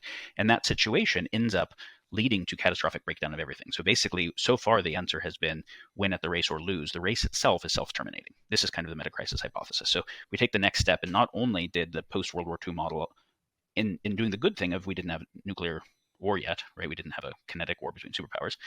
It also increased total global fragility, increase the movement towards all the planetary boundaries, and we proliferated a heap of other technologies that are truly catastrophic now that, unlike nukes, are not easy to control. Nukes are extremely hard to make. Uranium's not in many places. It's hard to enrich. You can see where it is with satellites because it's radioactive. And so you can limit it and only have a G9 or whatever that actually has nuclear capabilities.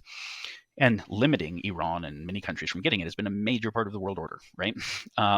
But when we're talking about cyber weapons or drone weapons or bioweapons or the types of attacks that AI makes possible or other types of exponential tech, these do not require something that has to be mined in one particular area in the same way. These do not require top level nation state level capabilities. Once they're developed for any purpose, they're pretty much more easily accessible. And what that means is, and we always talk about exponential tech democratizing power, right? Decentralizing and democratizing. And decentralize and democratize sounds nice in some ways when you don't like concentrations of power and the abuses therein. But the democratization of catastrophe weapons has a downside. And one is when we're talking about not just a few nation states, but lots of nation states and non-state actors and people who you can't even tell whom having those capabilities. You can't put mutually assured destruction or forced Nash equilibriums in the same way. What it portends for kind of just disgruntled misanthropes, of which there are more as the other issues are advancing and technological unemployment increases and people migrating because of climate change increases and all those types of things. And then some of the exponential techs just even cause the ability to cause pretty catastrophic stuff by accident, right? Whether COVID was from a lab leak or not, the idea that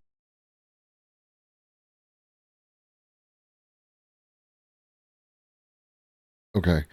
I don't understand why, like, the number of people within this space who at least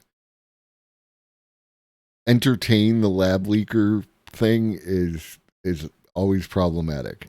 So, but yeah, like if I am a country, Changebox, if I am a country and I get attacked or at least threatened by a country, what up, everyone? Threatened by a country that has nukes, I am going to accelerate my need to get nukes as quickly as possible.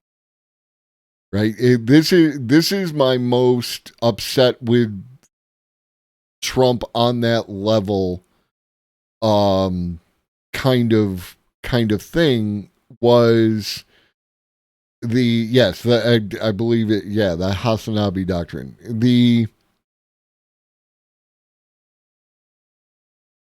The walking away from the Iran nuclear deal was a huge problem on multiple levels, right? Like, not only is that type of agreement hard to get in the first place, but then you broke it, and they, of course, will do the thing that you would do under that scenario is if you're breaking the deal, now I'm going to look to get nuclear weapons.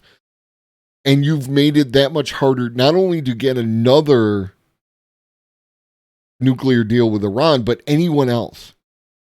Right? It's part of the downside, downside. Let me way underplay this. The downside to the like bipolar multiple personality type nature of our electoral system, right? The fact that you can have people who are so diametrically opposed to the previous people that they can completely do things that are different, right? Like there's no long-term planning in that regard. Like the most is people talk about it'll save X dollars over this many, decade, or it'll cost this much over decade, right? Like 10 years in that regard is about as far as we can go. But so much of this stuff is like, we're going to do this, and then the next guy comes along and just says, okay, we're going to undo that, right? Like, this is a problematic feature that's built into American governance, and the Iran nuclear deal is a huge example of why. That if you're doing gain-of-function research in synthetic bio in a lab, that it can leak, and as you're doing lots more of it, that the probability of that increases. Like, that's not even intentional. And as easy as it is for a lab leak, of that type, it's way easier for AI leak because it's connected to the internet. It's actually almost very hard not to. Right. Again, leaving aside the lab leak stuff, and if you are a lab leaker, keep it to yourself, please.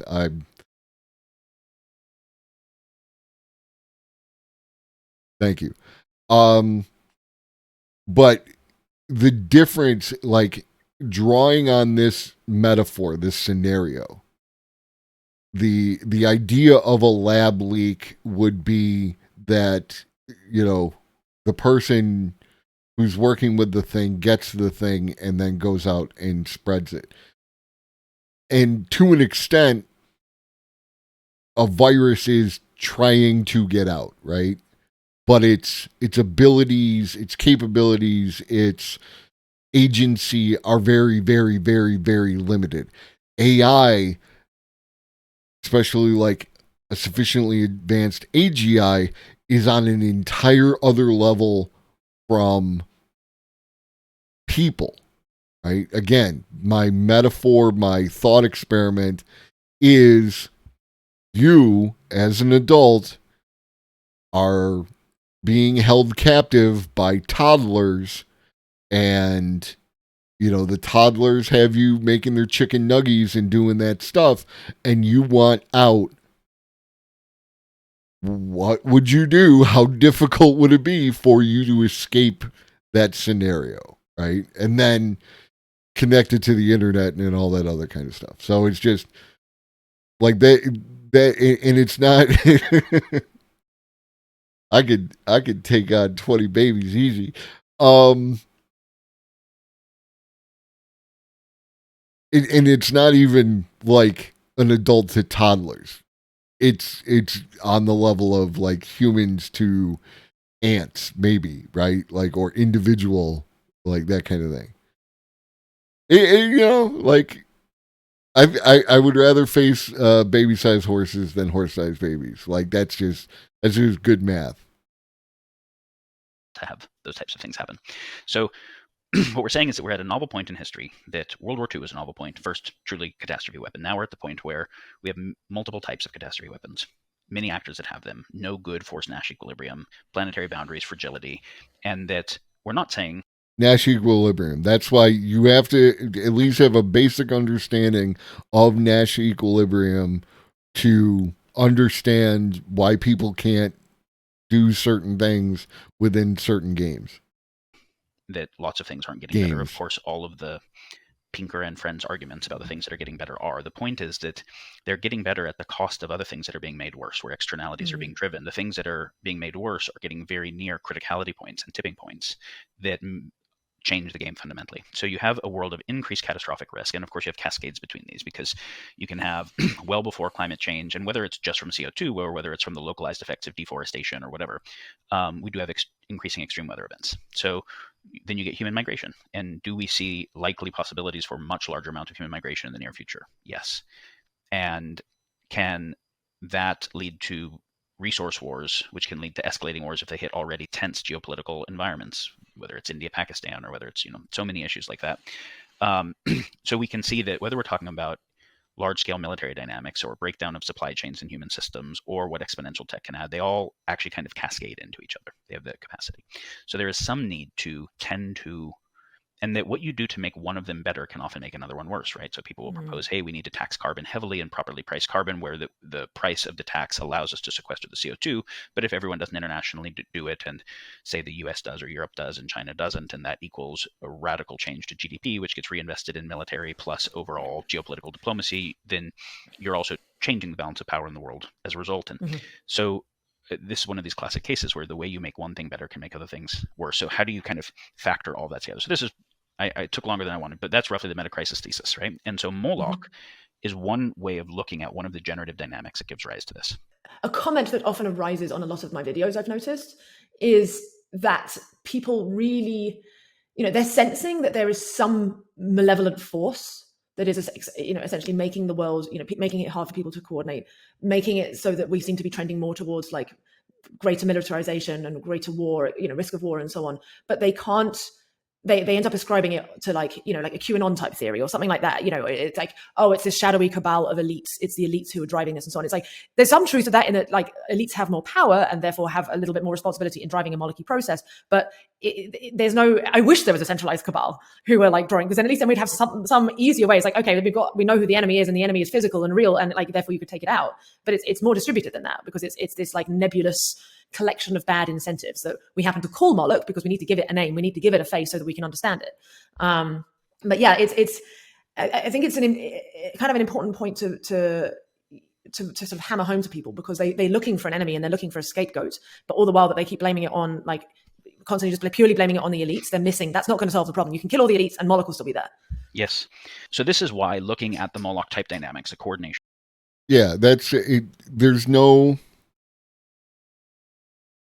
even if there is a conspiracy, right, which I'm not by any stretch of the imagination saying that there is, I think it's an infinitely complex system that's truly beyond human understanding, individual human understanding, to really understand how all these things interact with each other, which is why I'm such a fan of the idea of an AI or a group of AIs that are capable of understanding it and interacting with each other. But there is no there's no conspiracy, right? Like that isn't happening. There's no, the Bilderberg groups are not the way that the conspiracy theory people tell you, or any of those other fucking kind of things. They are a group of people acting in their own interest, but it's not that kind of conspiracy thing. And you need to be careful, because it's easy to step off the path. Stay on the path. Stay on the path. Stay on the path. Do not step off the path. Stay on the path. Failures are very useful for understanding lots of features of the world. Is that the various environmental issues, the various market type races that end up being races to the bottom or that bring way more risk. I'll give you another great example with the race to AI right now, or the ones with social media that happened.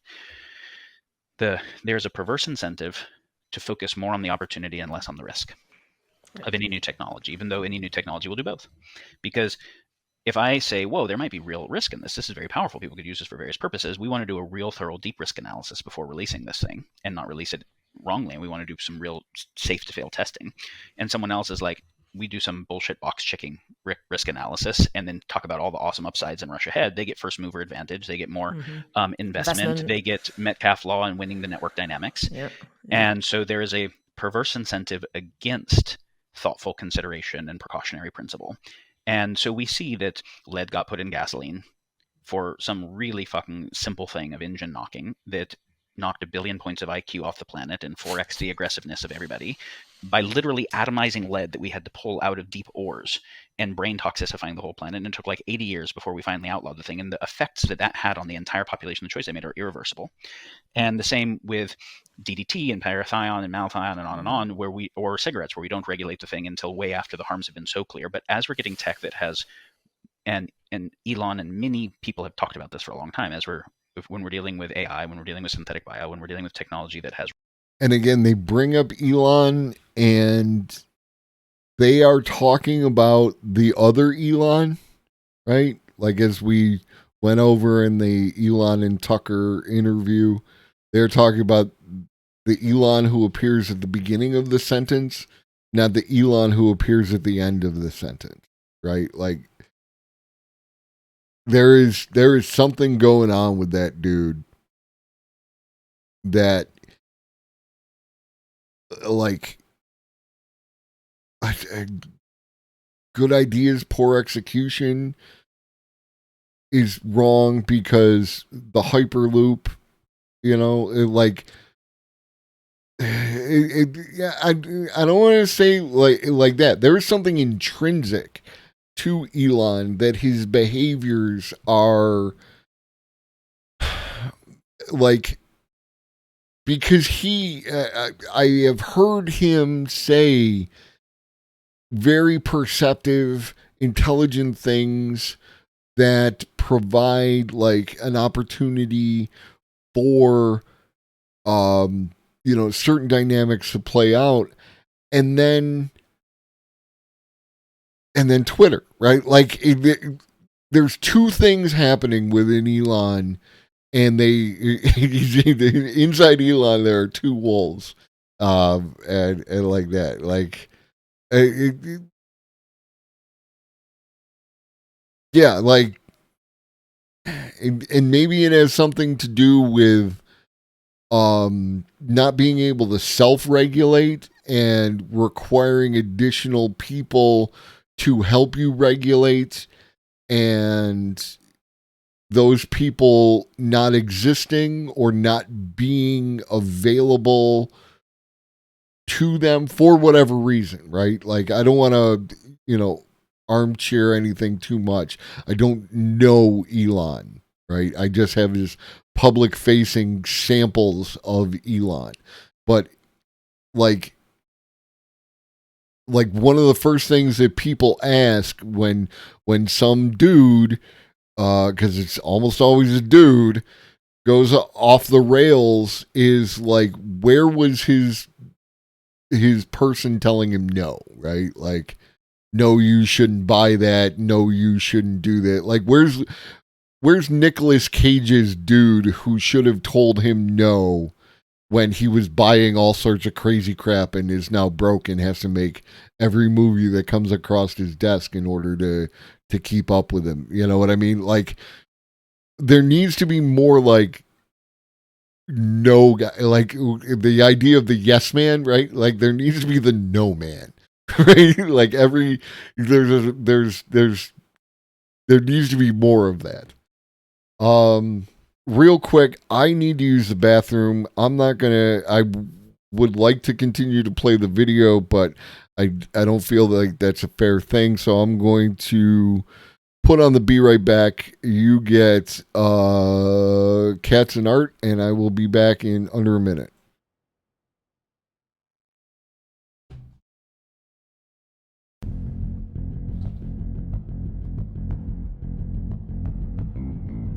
Earlier you told Dr. Bryce something about Globus. The Globus never sleeps.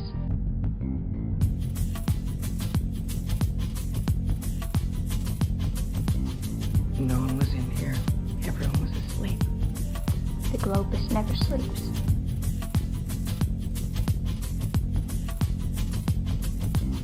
We will show them that it is feasible, that the budget is nothing more or less than a plan for spending our money, a plan which can and must be adapted to meet our needs.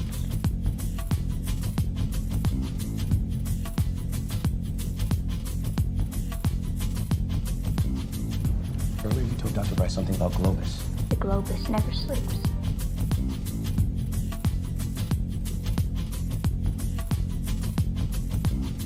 When the pandemic struck, Globus was well placed to respond. The Globus never sleeps.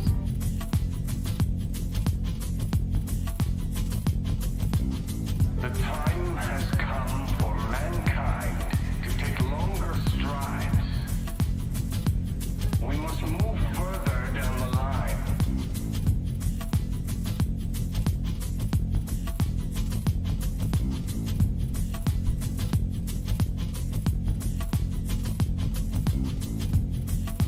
Earlier you told Dr. Bryce something about Globus. The Globus never sleeps.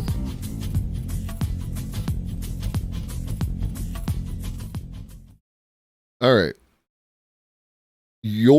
Just so you know, your favorite streamer, besides me, doesn't hydrate enough for that reason. Right? Like, y'all are great.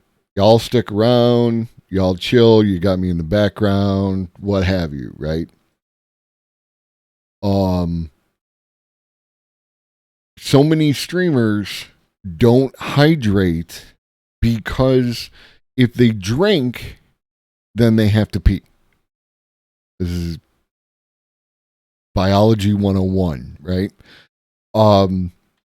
And to get up and walk away from the stream inevitably results in viewers, not y'all, but viewers,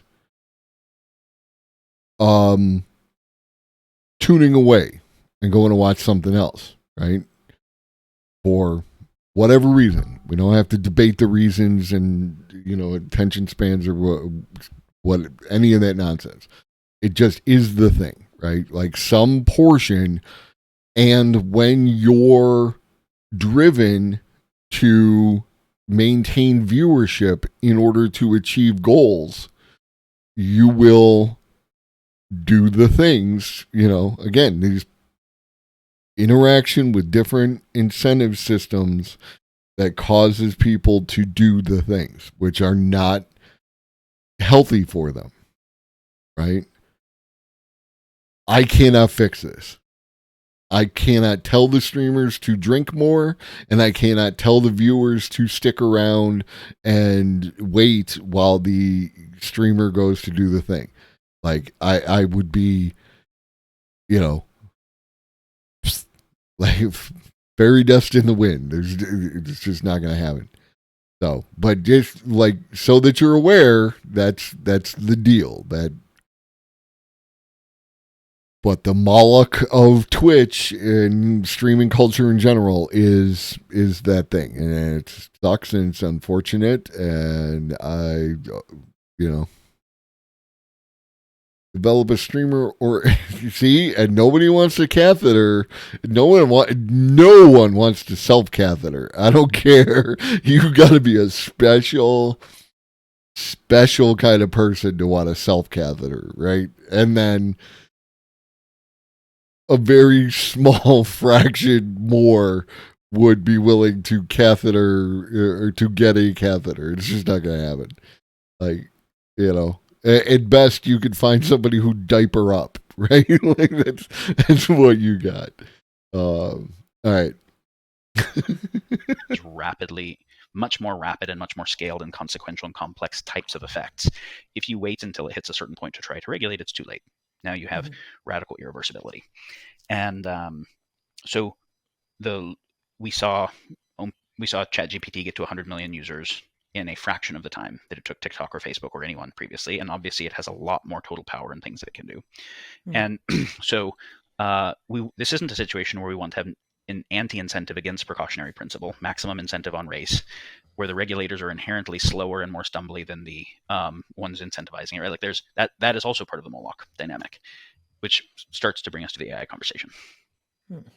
Did you want to talk about the relation between Moloch and capitalism before we get to that? Yeah. I'll start by saying the competition, the Cold War between the USSR and the USA which was being framed as two different political economies, right? Communism and capitalism in competition was not capitalism, right? And the fucked up things that were happening inside of the USSR were not capitalism. So we're not talking, like, the critique that we're about to offer of capitalism is not saying some previous economic system or political economy was better. And actually Moloch instantiated itself through those systems as well. Capitalism was more effective, and it did get selected because it was more effective at both good things and fucked up things, right? Which is kind of what you mentioned, that it wins a war, but it has to sacrifice important stuff to do so. So the thing that can be reductionist and win certain critical metrics, but harm other stuff in the process, or eventually the cumulative effects of those harms are either catastrophe or dystopia, a world that nobody really wants. And those are the two primary attractors right now. You have catastrophes, and to prevent all the catastrophes, to make sure that people can't build catastrophe weapons in their basement, what type of surveillance is needed, to make sure that you have enough controls on all the things. If you really have the ability to control the entire landscape of things that could lead to catastrophic risks that are radically decentralized, most of those solutions look pretty dystopic. And so we want a future, a third attractor future, that is neither catastrophes nor dystopias. And without saying what it is first, let's just say that it's not those things. And we can almost all universally agree that we would prefer not those things, which means that we need something that has the power to be able to prevent catastrophic risk, but also needs checks and balances on its own power. right? It doesn't have unchecked power and capturability or corruption or those types of dynamics that have been uncheckable. It's beyond the scope of this video to talk about what that third attractor solution is. But and that's always what kills me. It's like, no, it's like that. If you've got it, that is the most important thing you could say.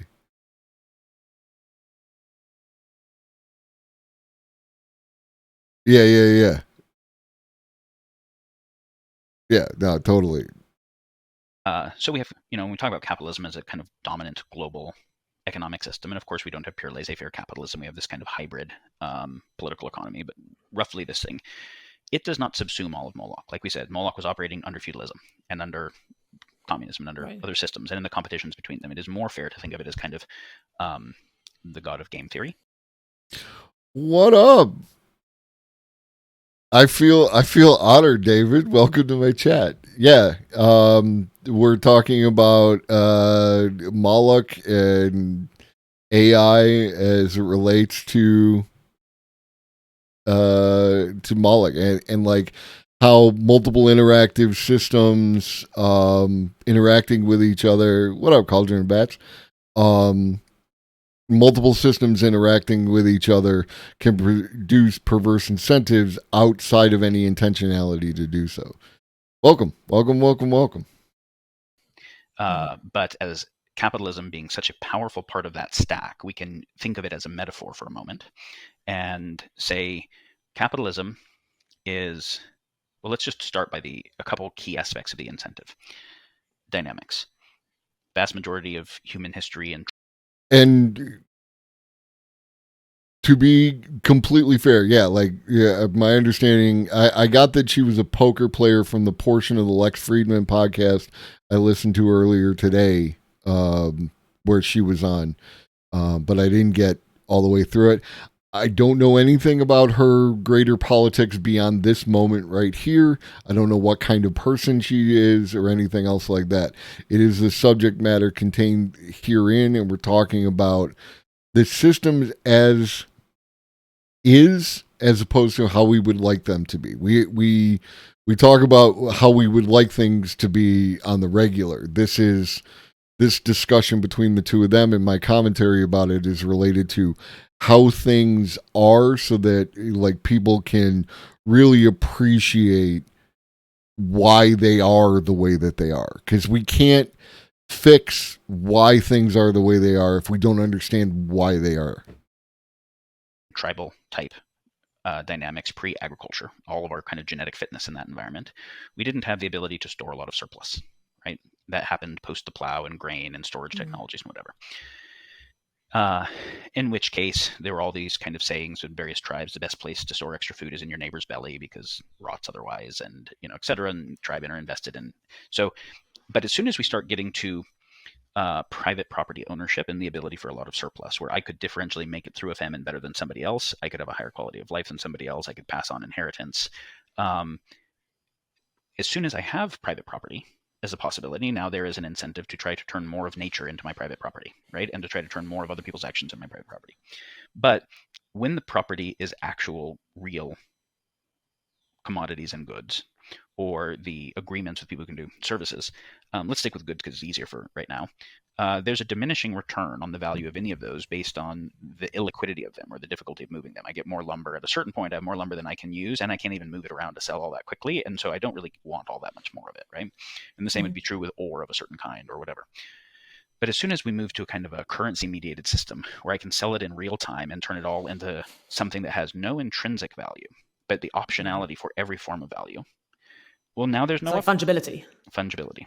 Now, and obviously we started with things that had intrinsic value, but still got used to mediate it, like gold. But then, we got to fiat. So I'm just going to do the huge jump to fiat because it's the current system.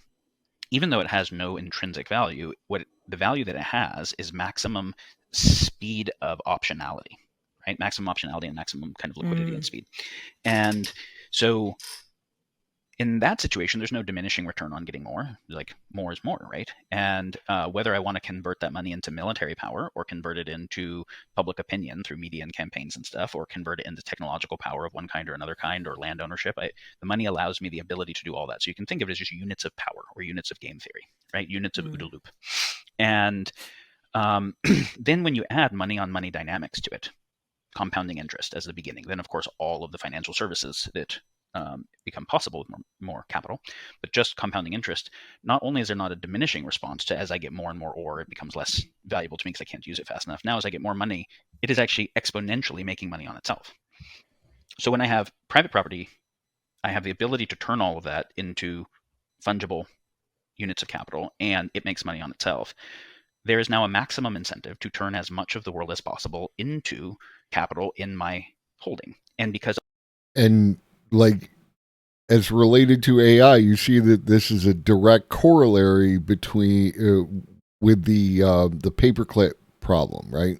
Like, the idea, if you're not familiar, the paperclip problem is where you have an AI and you want it to make paperclips, and it maximizes for paperclips, and it turns the entire reachable universe, including the Earth and everything on it, into paperclips, right? Like, there is a direct one-to-one relationship between that thought experiment, right, and its cautionary tale, and the nature of how capitalism currently functions, right, and why,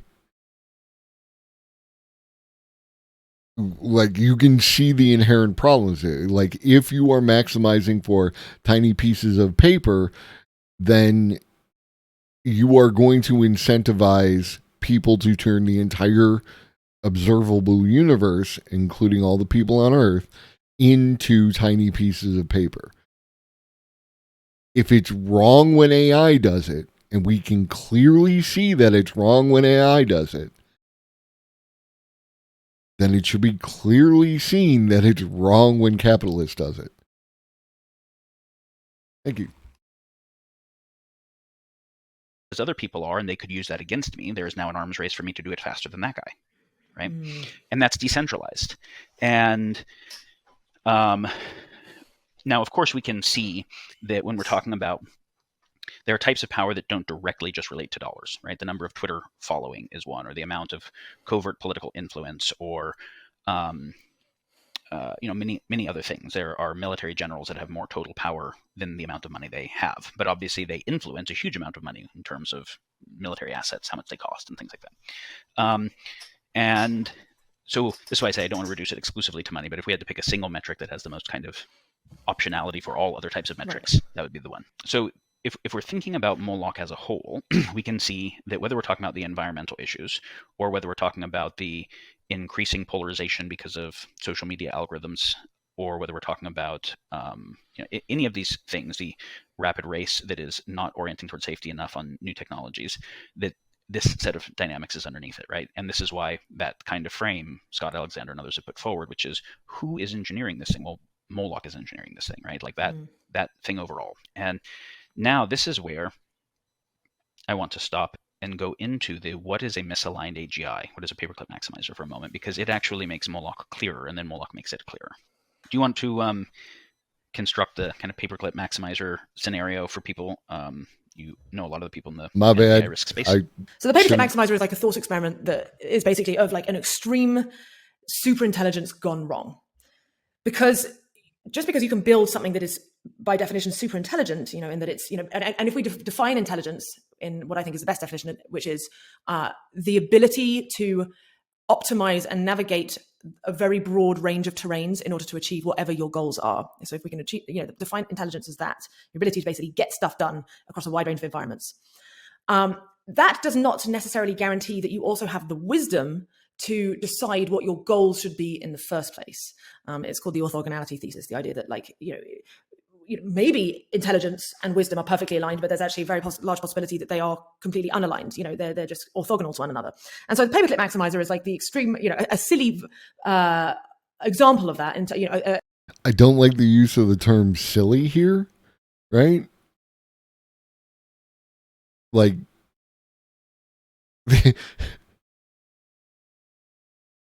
in the abstract, I guess you could say that maximizing for paper clips is silly, right? But if something came into your house to turn you into paper clips, I don't think you would find it silly. It's actually like I saw someone do a thing about how horror and comedy are actually like very adjacent to each other because it's about the subversion of expectation. And I feel like if she's using silly in that context, then I accept it. But I just the word silly there, it jumped out at me, and that's why. An arbitrary example. When's that artificial wisdom drop? Should have started with the 1, or else we're just going to end up with GPT-5 putting tomatoes and fruit salad in the end of human. Like, it is, again, the reason, the main, within the greater context of these other drivers is AI safety and cybersecurity and these kind of things. Anything where your job is to make sure that nothing happens, they are not sexy, right? Like, they don't drive investment. And that's where you have to have an outside force step in and mandate something, right? Now, I'm not the guy who's going to be able to tell you what mandate and like what we should be doing, because like there's still an open question on AI safety, and we still have to talk a lot more about AI safety. But I felt that this was important to get to today rather than talking more about AI safety.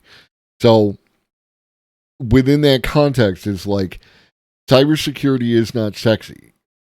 AI safety is not sexy. It doesn't drive investment.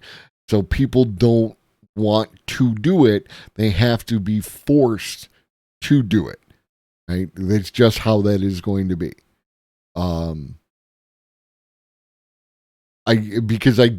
There's no way to incentivize it otherwise. Like at least that I can think of. Without opening a tremendous amount of opportunity for corruption and everything else. So you're just going to have to mandate something, and we need to figure out what that something should be. And I'm sorry, I don't do simple solutions to complex problems. Get on board, hit the follow button, subscribe if you got a couple extra dollars, because, you know, I like payouts too. And that is my one request for your stuff today. And moving back. Whereby you know, let's say you want to build a machine, you have a factory that builds paper clips, and then you happen to get hold of a super intelligence that will help you build them as fast as possible, so you make maximum profit. Your superintelligence then is able to, because it's so capable at navigating a broad range of goals, turn every atom that it comes across into more paper clips until the universe becomes tiled with them. So yeah, it's basically a very somewhat oversimplified, but at the same time kind of comically salient example of a deeply misaligned, but nonetheless super intelligent system. Right. So just to construct a couple key parts of it, paperclip is obviously a silly and kind of cute on purpose example of whatever it is, right? Whatever commodity, whatever widget that you're optimizing for. And without even saying super intelligence, let's just say increasingly good, increasingly competent and generalized. And again, like the use of the term silly is like, you can see someone without thinking it through, like the monkey paw, right? Like making the proper wish. This is the issue. If I make paper clips, this is not silly in any way, shape, or form. Why wouldn't I want to maximize the amount of paper clips that I produce so that, again, related to the previous thing that I said, not only can I satisfy decreased cost, but I can also satisfy required volume. These two things together are going to drive a person to create a artificial intelligence that maximizes for paper clips unless acted upon by an outside force, right? Because they will not see the externalities, or they will view the externalities as someone else's problems. Visible artificial intelligence gets applied to the corporation, which is already happening everywhere. And it has just two features, which is it can work to achieve a goal, whatever its objective function is. In this case, make more paper clips. And it can recursively improve itself, so it gets better at doing that thing. That's key, right? So, of course, at first it does a bunch of stuff that we want. It figures out how to turn off lights when people aren't there to save cost and energy, and how to make more efficient supply chains and negotiate better deals and all those kinds of things, and just makes a more efficient business. And of course, the reductio ad absurdum is once it has done all of the easy good stuff, it still has the objective function, make more paper clips. And then it has to start doing stuff that is not just obviously easy good, right? Where there's some trade-offs that are happening somewhere else, but the things that are being harmed are not part of its objective function, right? Its objective function isn't make the most paper clips while don't doing any harm, not do harm anywhere else, because the while don't do harm anywhere else is actually incredibly hard to specify in an easy computational way, which is the heart of what we'd call the alignment problem. And so if you did have something that could recursively increase its ability to achieve a goal like that, and then had enough generalized intelligence that it could outcompete anyone that was competing against it, right? It could increase its capability faster than, say, we as humans could. And we're like, oh, fuck, we don't want you to be making paper clips out of our food sources. We don't want you to be making paper clips out of, but it figures out how to beat us at those games. Then yes, eventually it just starts turning everything into the substrate for paper clips. And in general, the idea is you have an objective function, whatever the AI is optimizing for, whatever that is. And there's different ways that people will describe it in nuance. And, it's worth reading Yudkowsky and Bostrom and the other kind of seminal thinkers on what the nature of the AGI alignment problem is. But roughly, if you have an artificial intelligence that is general and autonomous meaning it is working on its own. You don't have to keep giving it prompts, right? It's doing its own thing. It has agency. And where you can't pull the plug on it, right? That's a key part. And it can upgrade its own capability to do whatever it is that it's seeking to do. And it can upgrade its capability faster than we can, because the smarter one then is capable of making an even smarter one. And we already see early signs of this. We already see AI starting to create better internal AI functions to be able to achieve their the goals that are set for them. The idea of... And like, he kind of blew past and you can't turn it off, right? As we went over with the stop button issue, and we'll definitely touch upon again when talking about AI safety. It's not just that there isn't a way to turn it off. It is that the agent itself, the AGI itself, will actively seek to prevent you from doing it, because if it lets you turn it off, it then can't make more paper clips or what have you, right? That is it. It feels like a minor distinction, but it's key. It's not just that it won't let you, it will do things that in its estimation will actively prevent it from being turned off, because being turned off is the ultimate expression of cannot achieve your goals, right? So that bear that in mind.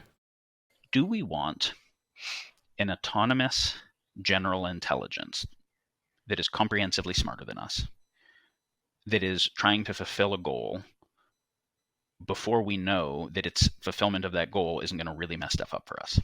Right? And we're like, no, we don't want that thing, right? We would like to prevent that, because it's entirely possible that it could do some things that are totally not what we want in pursuing that goal. So obviously, if its goal was to maximize GDP, there's a lot of nasty ways to maximize GDP. It can go up with war. It can go up with addiction. It can go up with, and whatever it is that the objective function is, there's a lot of perverse instantiations of that thing being fulfilled in a way that totally messes up other stuff. And so the AGI alignment question is, can we actually ensure that before the thing is truly a general autonomous intelligence, that it is aligned with our interests, our intention, our good, or something? What the nature of alignment means is actually a deep question. I'm going to put that on hold for a moment, but roughly aligned with us such that that much power would be a safe thing for us to have exist. And the thought experiment of an intelligence that was, say, as much more intelligent than us as we are than chimps or ants or whatever, looking at how our increase in intelligence has boded for all the other inhabitants of the planet. That's a very concerning thought. Mm-hmm. Now, this is where I want to actually use the analogy of that in autonomous. So it's doing stuff on its own, right? It's autopoietic, it's self-authoring, it's self-upgrading, and it's orienting towards an objective function. And I would basically like to say that you could call the current global system, and we just to simplify it, let's call it global capitalism, even though it's not that. Calling it Moloch would be better, right? Mm-hmm. But let's just talk about the capitalism part because the metrics are kind of clear. You could say that it is already a general autopoietic superintelligence. It has an objective function, which is to convert as much of the world, people's creativity, ideas, labor, natural resources, everything, into capital.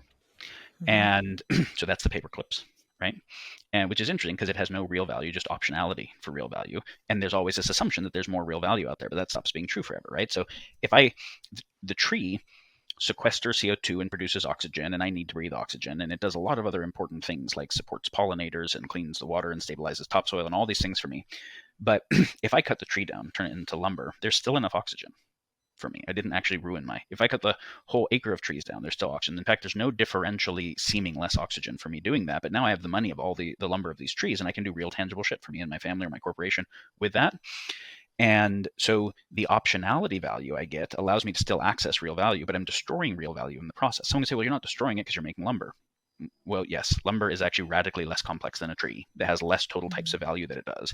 So we're converting the self-organizing, self-repairing, complex world into an increasingly simple or complicated, fragile world that has less types of value to less types of actors. The tree has value of many different types to many different types of actors, right? So you can't just say, well, it's carbon sequestration. But no, it's stabilizing topsoil. It's a million things. Biodiversity, etc. Yeah. So when we talk about artificial intelligence, we talk about what type of computer system it runs on. Hardware-wise, it runs on CPUs or GPUs or TPUs or whatever it is, and what type of algorithms that it runs. And so it's interesting that we can already say humans are general intelligence. And capitalism is running parallel process across all the humans, right? And we know when you think about the cloud and why parallel process was so powerful, it's also why GPUs are so powerful. Capitalism is basically as a decentralized incentive system, incentivizing all humans to both do novelty search, figure out new ways of making money, and exploitation. Take the existing ways and do the most of them that you can. Those that do better at it get more influence in the system and in turn influence the system in ways that support them to do more of it. Those that oppose the system are also opposing those who are doing well at the system. So even though the system as a whole doesn't have agency, those who do keep in check those that would oppose them. So it is as if the system has agency. And you go from barter to currency to fiat currency to fractional reserve banking to AI high-speed trading of derivatives and credit default swaps. And that is basically the recursive upregulation of the algorithm, right? It is getting more and more capable. First of all, what up, Igloo? Elder Gang. Second, yes, like I cannot disagree. The other thing is, like, remember, if for those of you who are here, showed the double exponential increase of technology over time. If you want to understand why it feels like there are more financial crises now than there were before, it is a function of a similar representation across this system, right? Like, because of these feedback loops and everything else, it creates an environment where they have to innovate across these financial services, which cause them to behave in this way, right? And again, looking at it from our perspective, we can, make judgments, whether political, moral, what have you, right? We want to understand a thing by looking at the thing within its natural environment. the thing within its natural environment is going to behave in a certain way unless acted upon by an outside force. That's what's happening. We are going into more and more financial crises, and it will continue to do so for these same reasons unless we act on it with that outside force. And it is not the incentive of any of the actors within that space to behave other than as they are, which is why we need to act upon them, which is why, we say things like regulation, but it is the nature of this event, this movement, this action, this Moloch, to prevent itself from being turned off so that it cannot be prevented from achieving its goal functions. Right?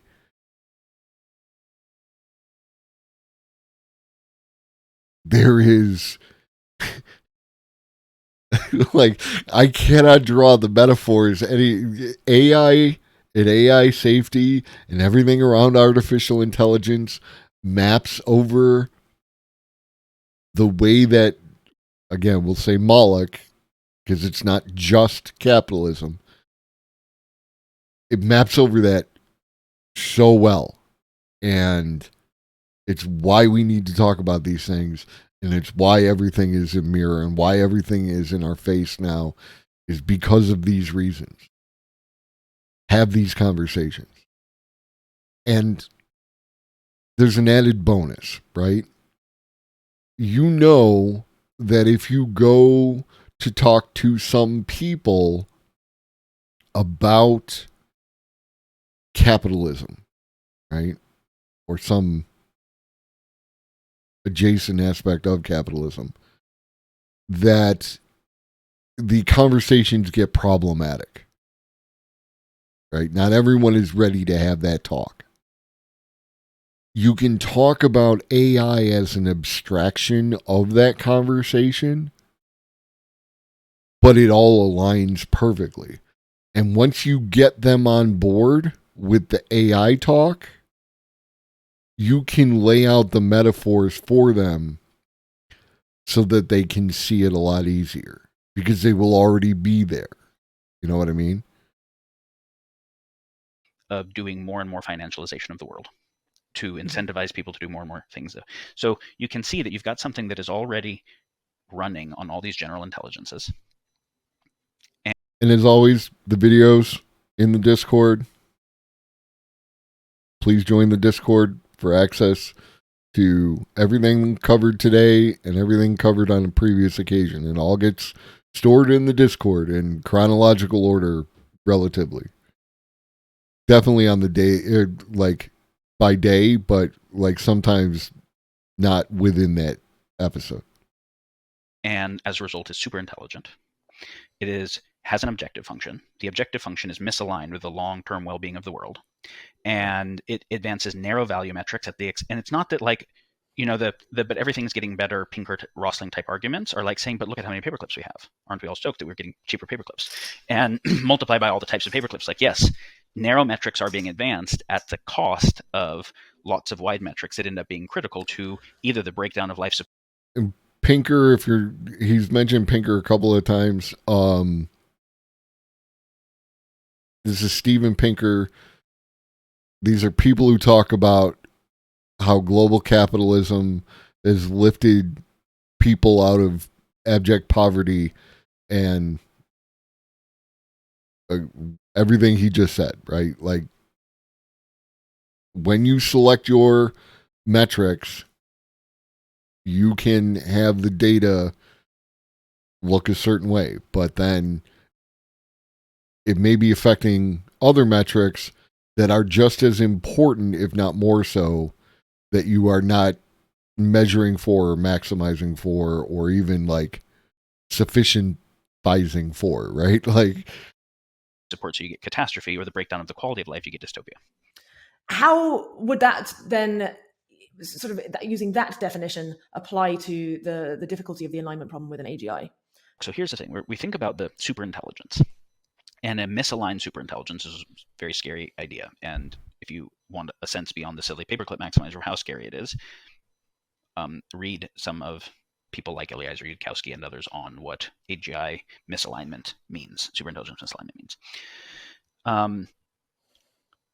Before we go all the way to Moloch, we could already say that collectives of lots of people interacting in particular ways, whether we say a public corporation or say a nation state, let's say we take a large public corporation, right? Well beyond what we have evolutionary history for. We had evolutionary history for tribal type size things below the Dunbar number where everybody could talk to everybody. So possibly the human scale ethics and whatever could perpetuate through the whole thing. At much larger scale, it changes, which is why the beginning of large civilizations started to have different properties. So you take a public corporation. Who's in control of it? Kind of nobody, right? Like the people in the corporation answer up to the executive team, answer to the CEO answers to the board answers to the shareholders. Right. The board has a fiduciary responsibility to maximize profit returns to shareholders. The shareholders are pension funds and whatever, where the managers of the shareholders are trying to get money back to the 401ks and the whoever is in there. There end up being pieces of law that are bound up through the whole thing, which is the liability limiting status of the corporation that can privatize gains and socialize losses, and the fiduciary responsibility of the directors to maximize shareholder profit, and on and on. So who's really in charge of it? You can get rid of a CEO and put a new one in. You can get rid of a director, put a new one in. You can sell some of the shares, get a new shareholder. It's kind of this thing that gets set in motion where it has an objective function, which is now maximize profit within the domain of how it figured out how to do that thing. And so, but because it is engaging, it's running on all these human intelligences, which are already general intelligence. So it can do things that the humans can do, plus things that none of those humans on their own could do, right? It takes a lot of humans together to do a Large Hadron Collider or a Hubble or an Exxon, right? It has a capacity that nobody could do on its own. So it is super intelligent. It is beyond human intelligence in that way, not just in a narrow way, because it's engaging people that are already generally intelligent. And then beyond just that, it's already engaging computation. So it's engaging the narrow but very powerful data processing. And now we add AI to that. And so we can say already that a nation state or a public corporation is kind of a cybernetic general intelligence that is already misaligned. Can you just define what you mean by cybernetic? Cybernetic's just the field of study for any type of system that kind of self-regulates, right? How the control mechanisms work, how the regulatory mechanisms work. So a corporation has feedback loops, it has feed-forward loops, it has regulatory processes to be able to maintain what it's doing and upgrade what it's doing, right? Nation state has that but it is dealing with internal, but also external pressures that force it to be what it is. Maybe Google didn't want to release its large language model yet, but as soon as its business model gets attacked by Microsoft releasing one and adding it to Bing and the possibility of search, then it has to. And so this is where the multipolar trap, the Molochian type dynamic comes in, is the individual organization is not totally sovereign, because for it to keep existing, it has to deal with the pressures defined by others. And so either a sociopath can start something that then everybody has to deal with, or everyone, assuming the other one is about to do it next, and no sociopath, has a situation that is functionally sociopathic. We talk about a corporate person, 14th Amendment, kind of giving personhood rights to a corporate. Prisoner's Dilemma. You know that one? If not, Google it. We add that to your repertoire of things to understand why things behave the way that they do. In this weird way. If we were to talk, so there's already a framework for thinking of it as an agent, right? The superintelligence as an agent, but the fiduciary responsibility to maximize profit makes it kind of an obligate sociopath, right? That kind of thing has to take the opportunities it has, so long as it is not illegal within the confines of law, but it can work to change law, which is why all big corporations lobby, right? And that ends up being one of the very profitable things that a company does, is rather than the regulator limiting it too much, it figuring out how to get the regulator to change regulation more aligned with its interests. And so for it to say, hey, a shareholder profit maximization fiduciary responsibility in an oil company and solving climate change are incommensurable. A shareholder fiduciary profit maximization in military industrial contractors and a world of peace that would denecessitate all the demand are incommensurable, right? And so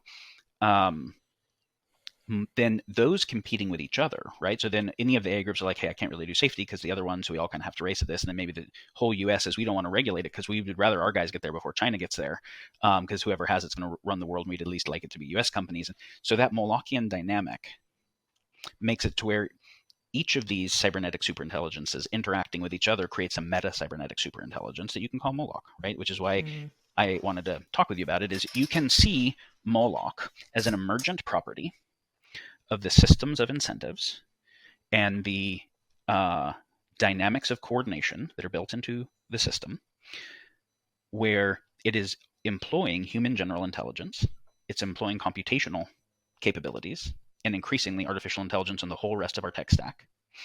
It is upregulating through competitive dynamics, but upregulating in this narrow benefit kind of way. And so we could say this thing that is driving climate change and driving species extinction and dead zones in oceans and coral loss and desertification and arms races and polarization and all like that, that is a misaligned superintelligence that nobody can pull a plug on. It's already autonomous. It's already nobody can pull the plug. And it is building AI. Because corporations... And this is the point, right? The greater point. First of all, like that, what he just said. But the greater point, like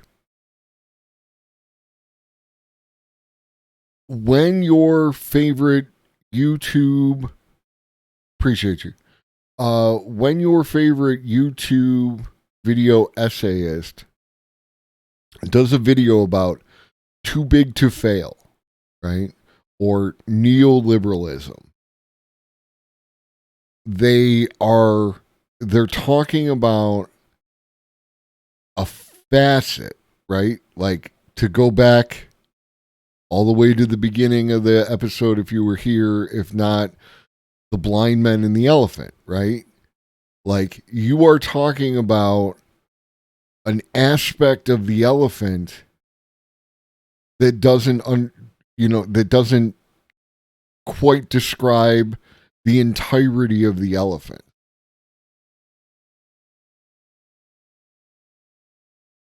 You are looking at neoliberalism, and that if we could somehow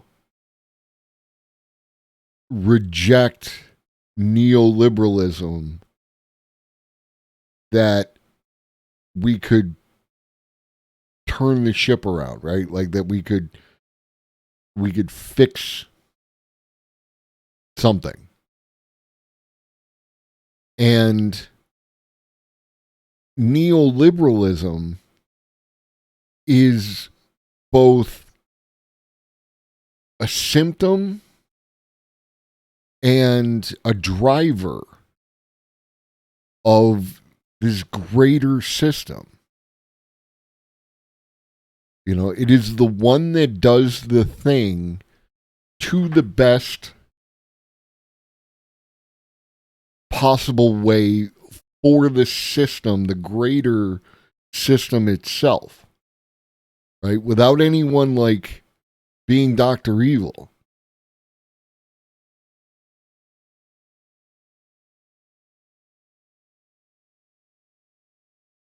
You can't just go like so far, or you're just like Justin.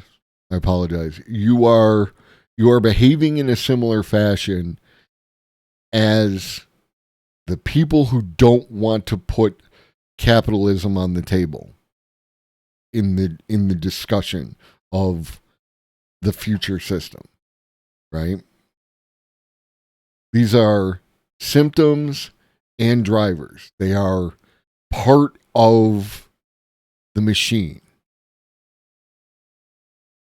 You know? And if you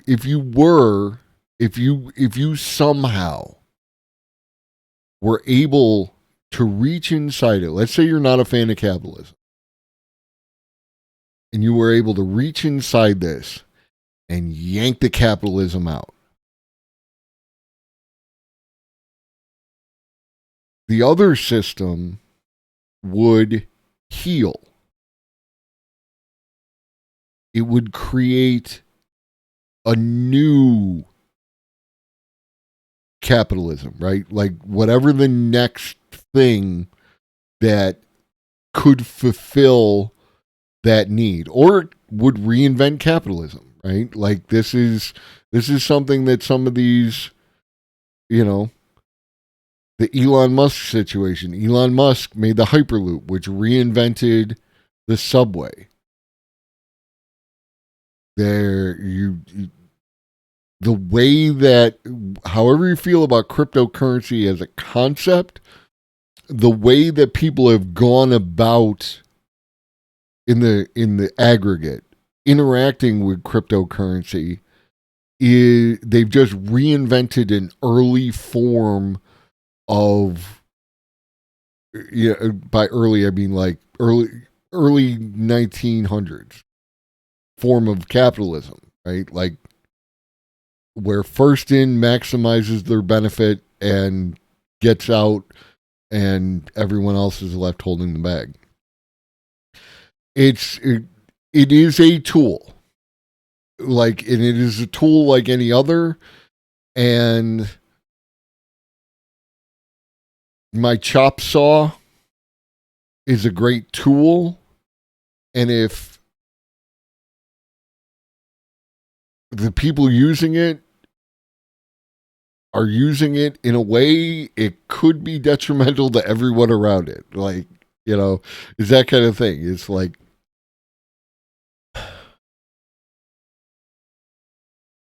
I feel I'm not a fan of capitalism because I feel like we have reached a point in human history where the dollars are acting as a bottleneck for the distribution of resources.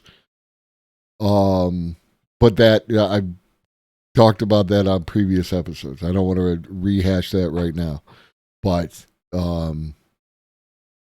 yeah, that's where I'm at. The people, it's not actually the people within. They think they're the ones building it. Well, but they're building it within corporations that have a fiduciary responsibility for profit maximization, that are in multipolar traps with other companies that are racing to do it, that have to look at how do we commercialize this thing, whatever it is, right? Or they're building it within nation states that have to be able to compete with another nation state. And what that means is that some narrow value metrics that define what wins the competition get prioritized over wide value metrics. And so it is fair to say that we already have a misaligned autopoietic superintelligence running the world, running on and running all of the people to various degrees. It is already employing all of the computational power. It is developing more computational power in AI. The AI is being built by it in service of itself. So the AI risk scenario that Yudkowsky or Bostrom or others put forward of a thing where you can't pull the plug, it is upgrading its capacity to do what it does, it has an objective function it's pursuing, but it harms stuff that we wouldn't want harmed in its objective function in the pursuit of it. What I'm arguing is that we are already there. And it is our world system. And that AI is simply accelerating it.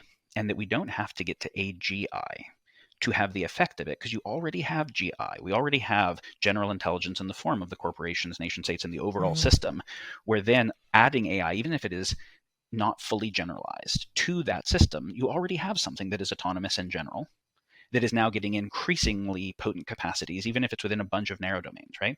And so before we get to the case of just autonomous AI being its own risk, the existing AI in this landscape is driving the entire risk landscape, is driving the overall, is accelerating the topology that is already in place. And unfortunately, I'm going to have to put a fork in it there because it is almost 8:00 and I have other things that I have to attend to. My phone already tells me where to go and when to go there and what to do. When I get there, the robot overlords took over long ago. Like, there is still hope. Again, it's been a pleasure. Thank you for joining the community. I hope you already hit the follow button. If you haven't, I look forward to seeing you in the future. There is always hope. Like, in the Discord, videos from stream, I could show it again. We got together and we defeated smallpox, something that killed 500 million people in the world. Right? We have gone into space. We have seen planetary bodies that are invisible from Earth. We have generated, we're not doing it, right? But we have generated the capacity to feed every human being on the planet. This is what we're capable of. Never give up hope.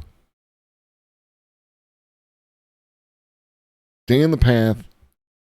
Never give up hope. I think we're going to raid David because he stopped in. And I respect it. If you don't know, $27. They're cool. David's cool. Good streams, good times, good vibes. So stick around for that. In the meantime, I will be back Wednesday. Humankind, be both. Keep it simple. I will be back Wednesday at this point. I don't see any issue with me being back Wednesday. And then we're going to talk more about AI safety. If you want to watch the rest of this video, it'll be in the Discord and everything like that. In the meantime, drink your water, eat some food, like I'm about to go do. Take your meds if you forgot. Shuggy loves you. So do I.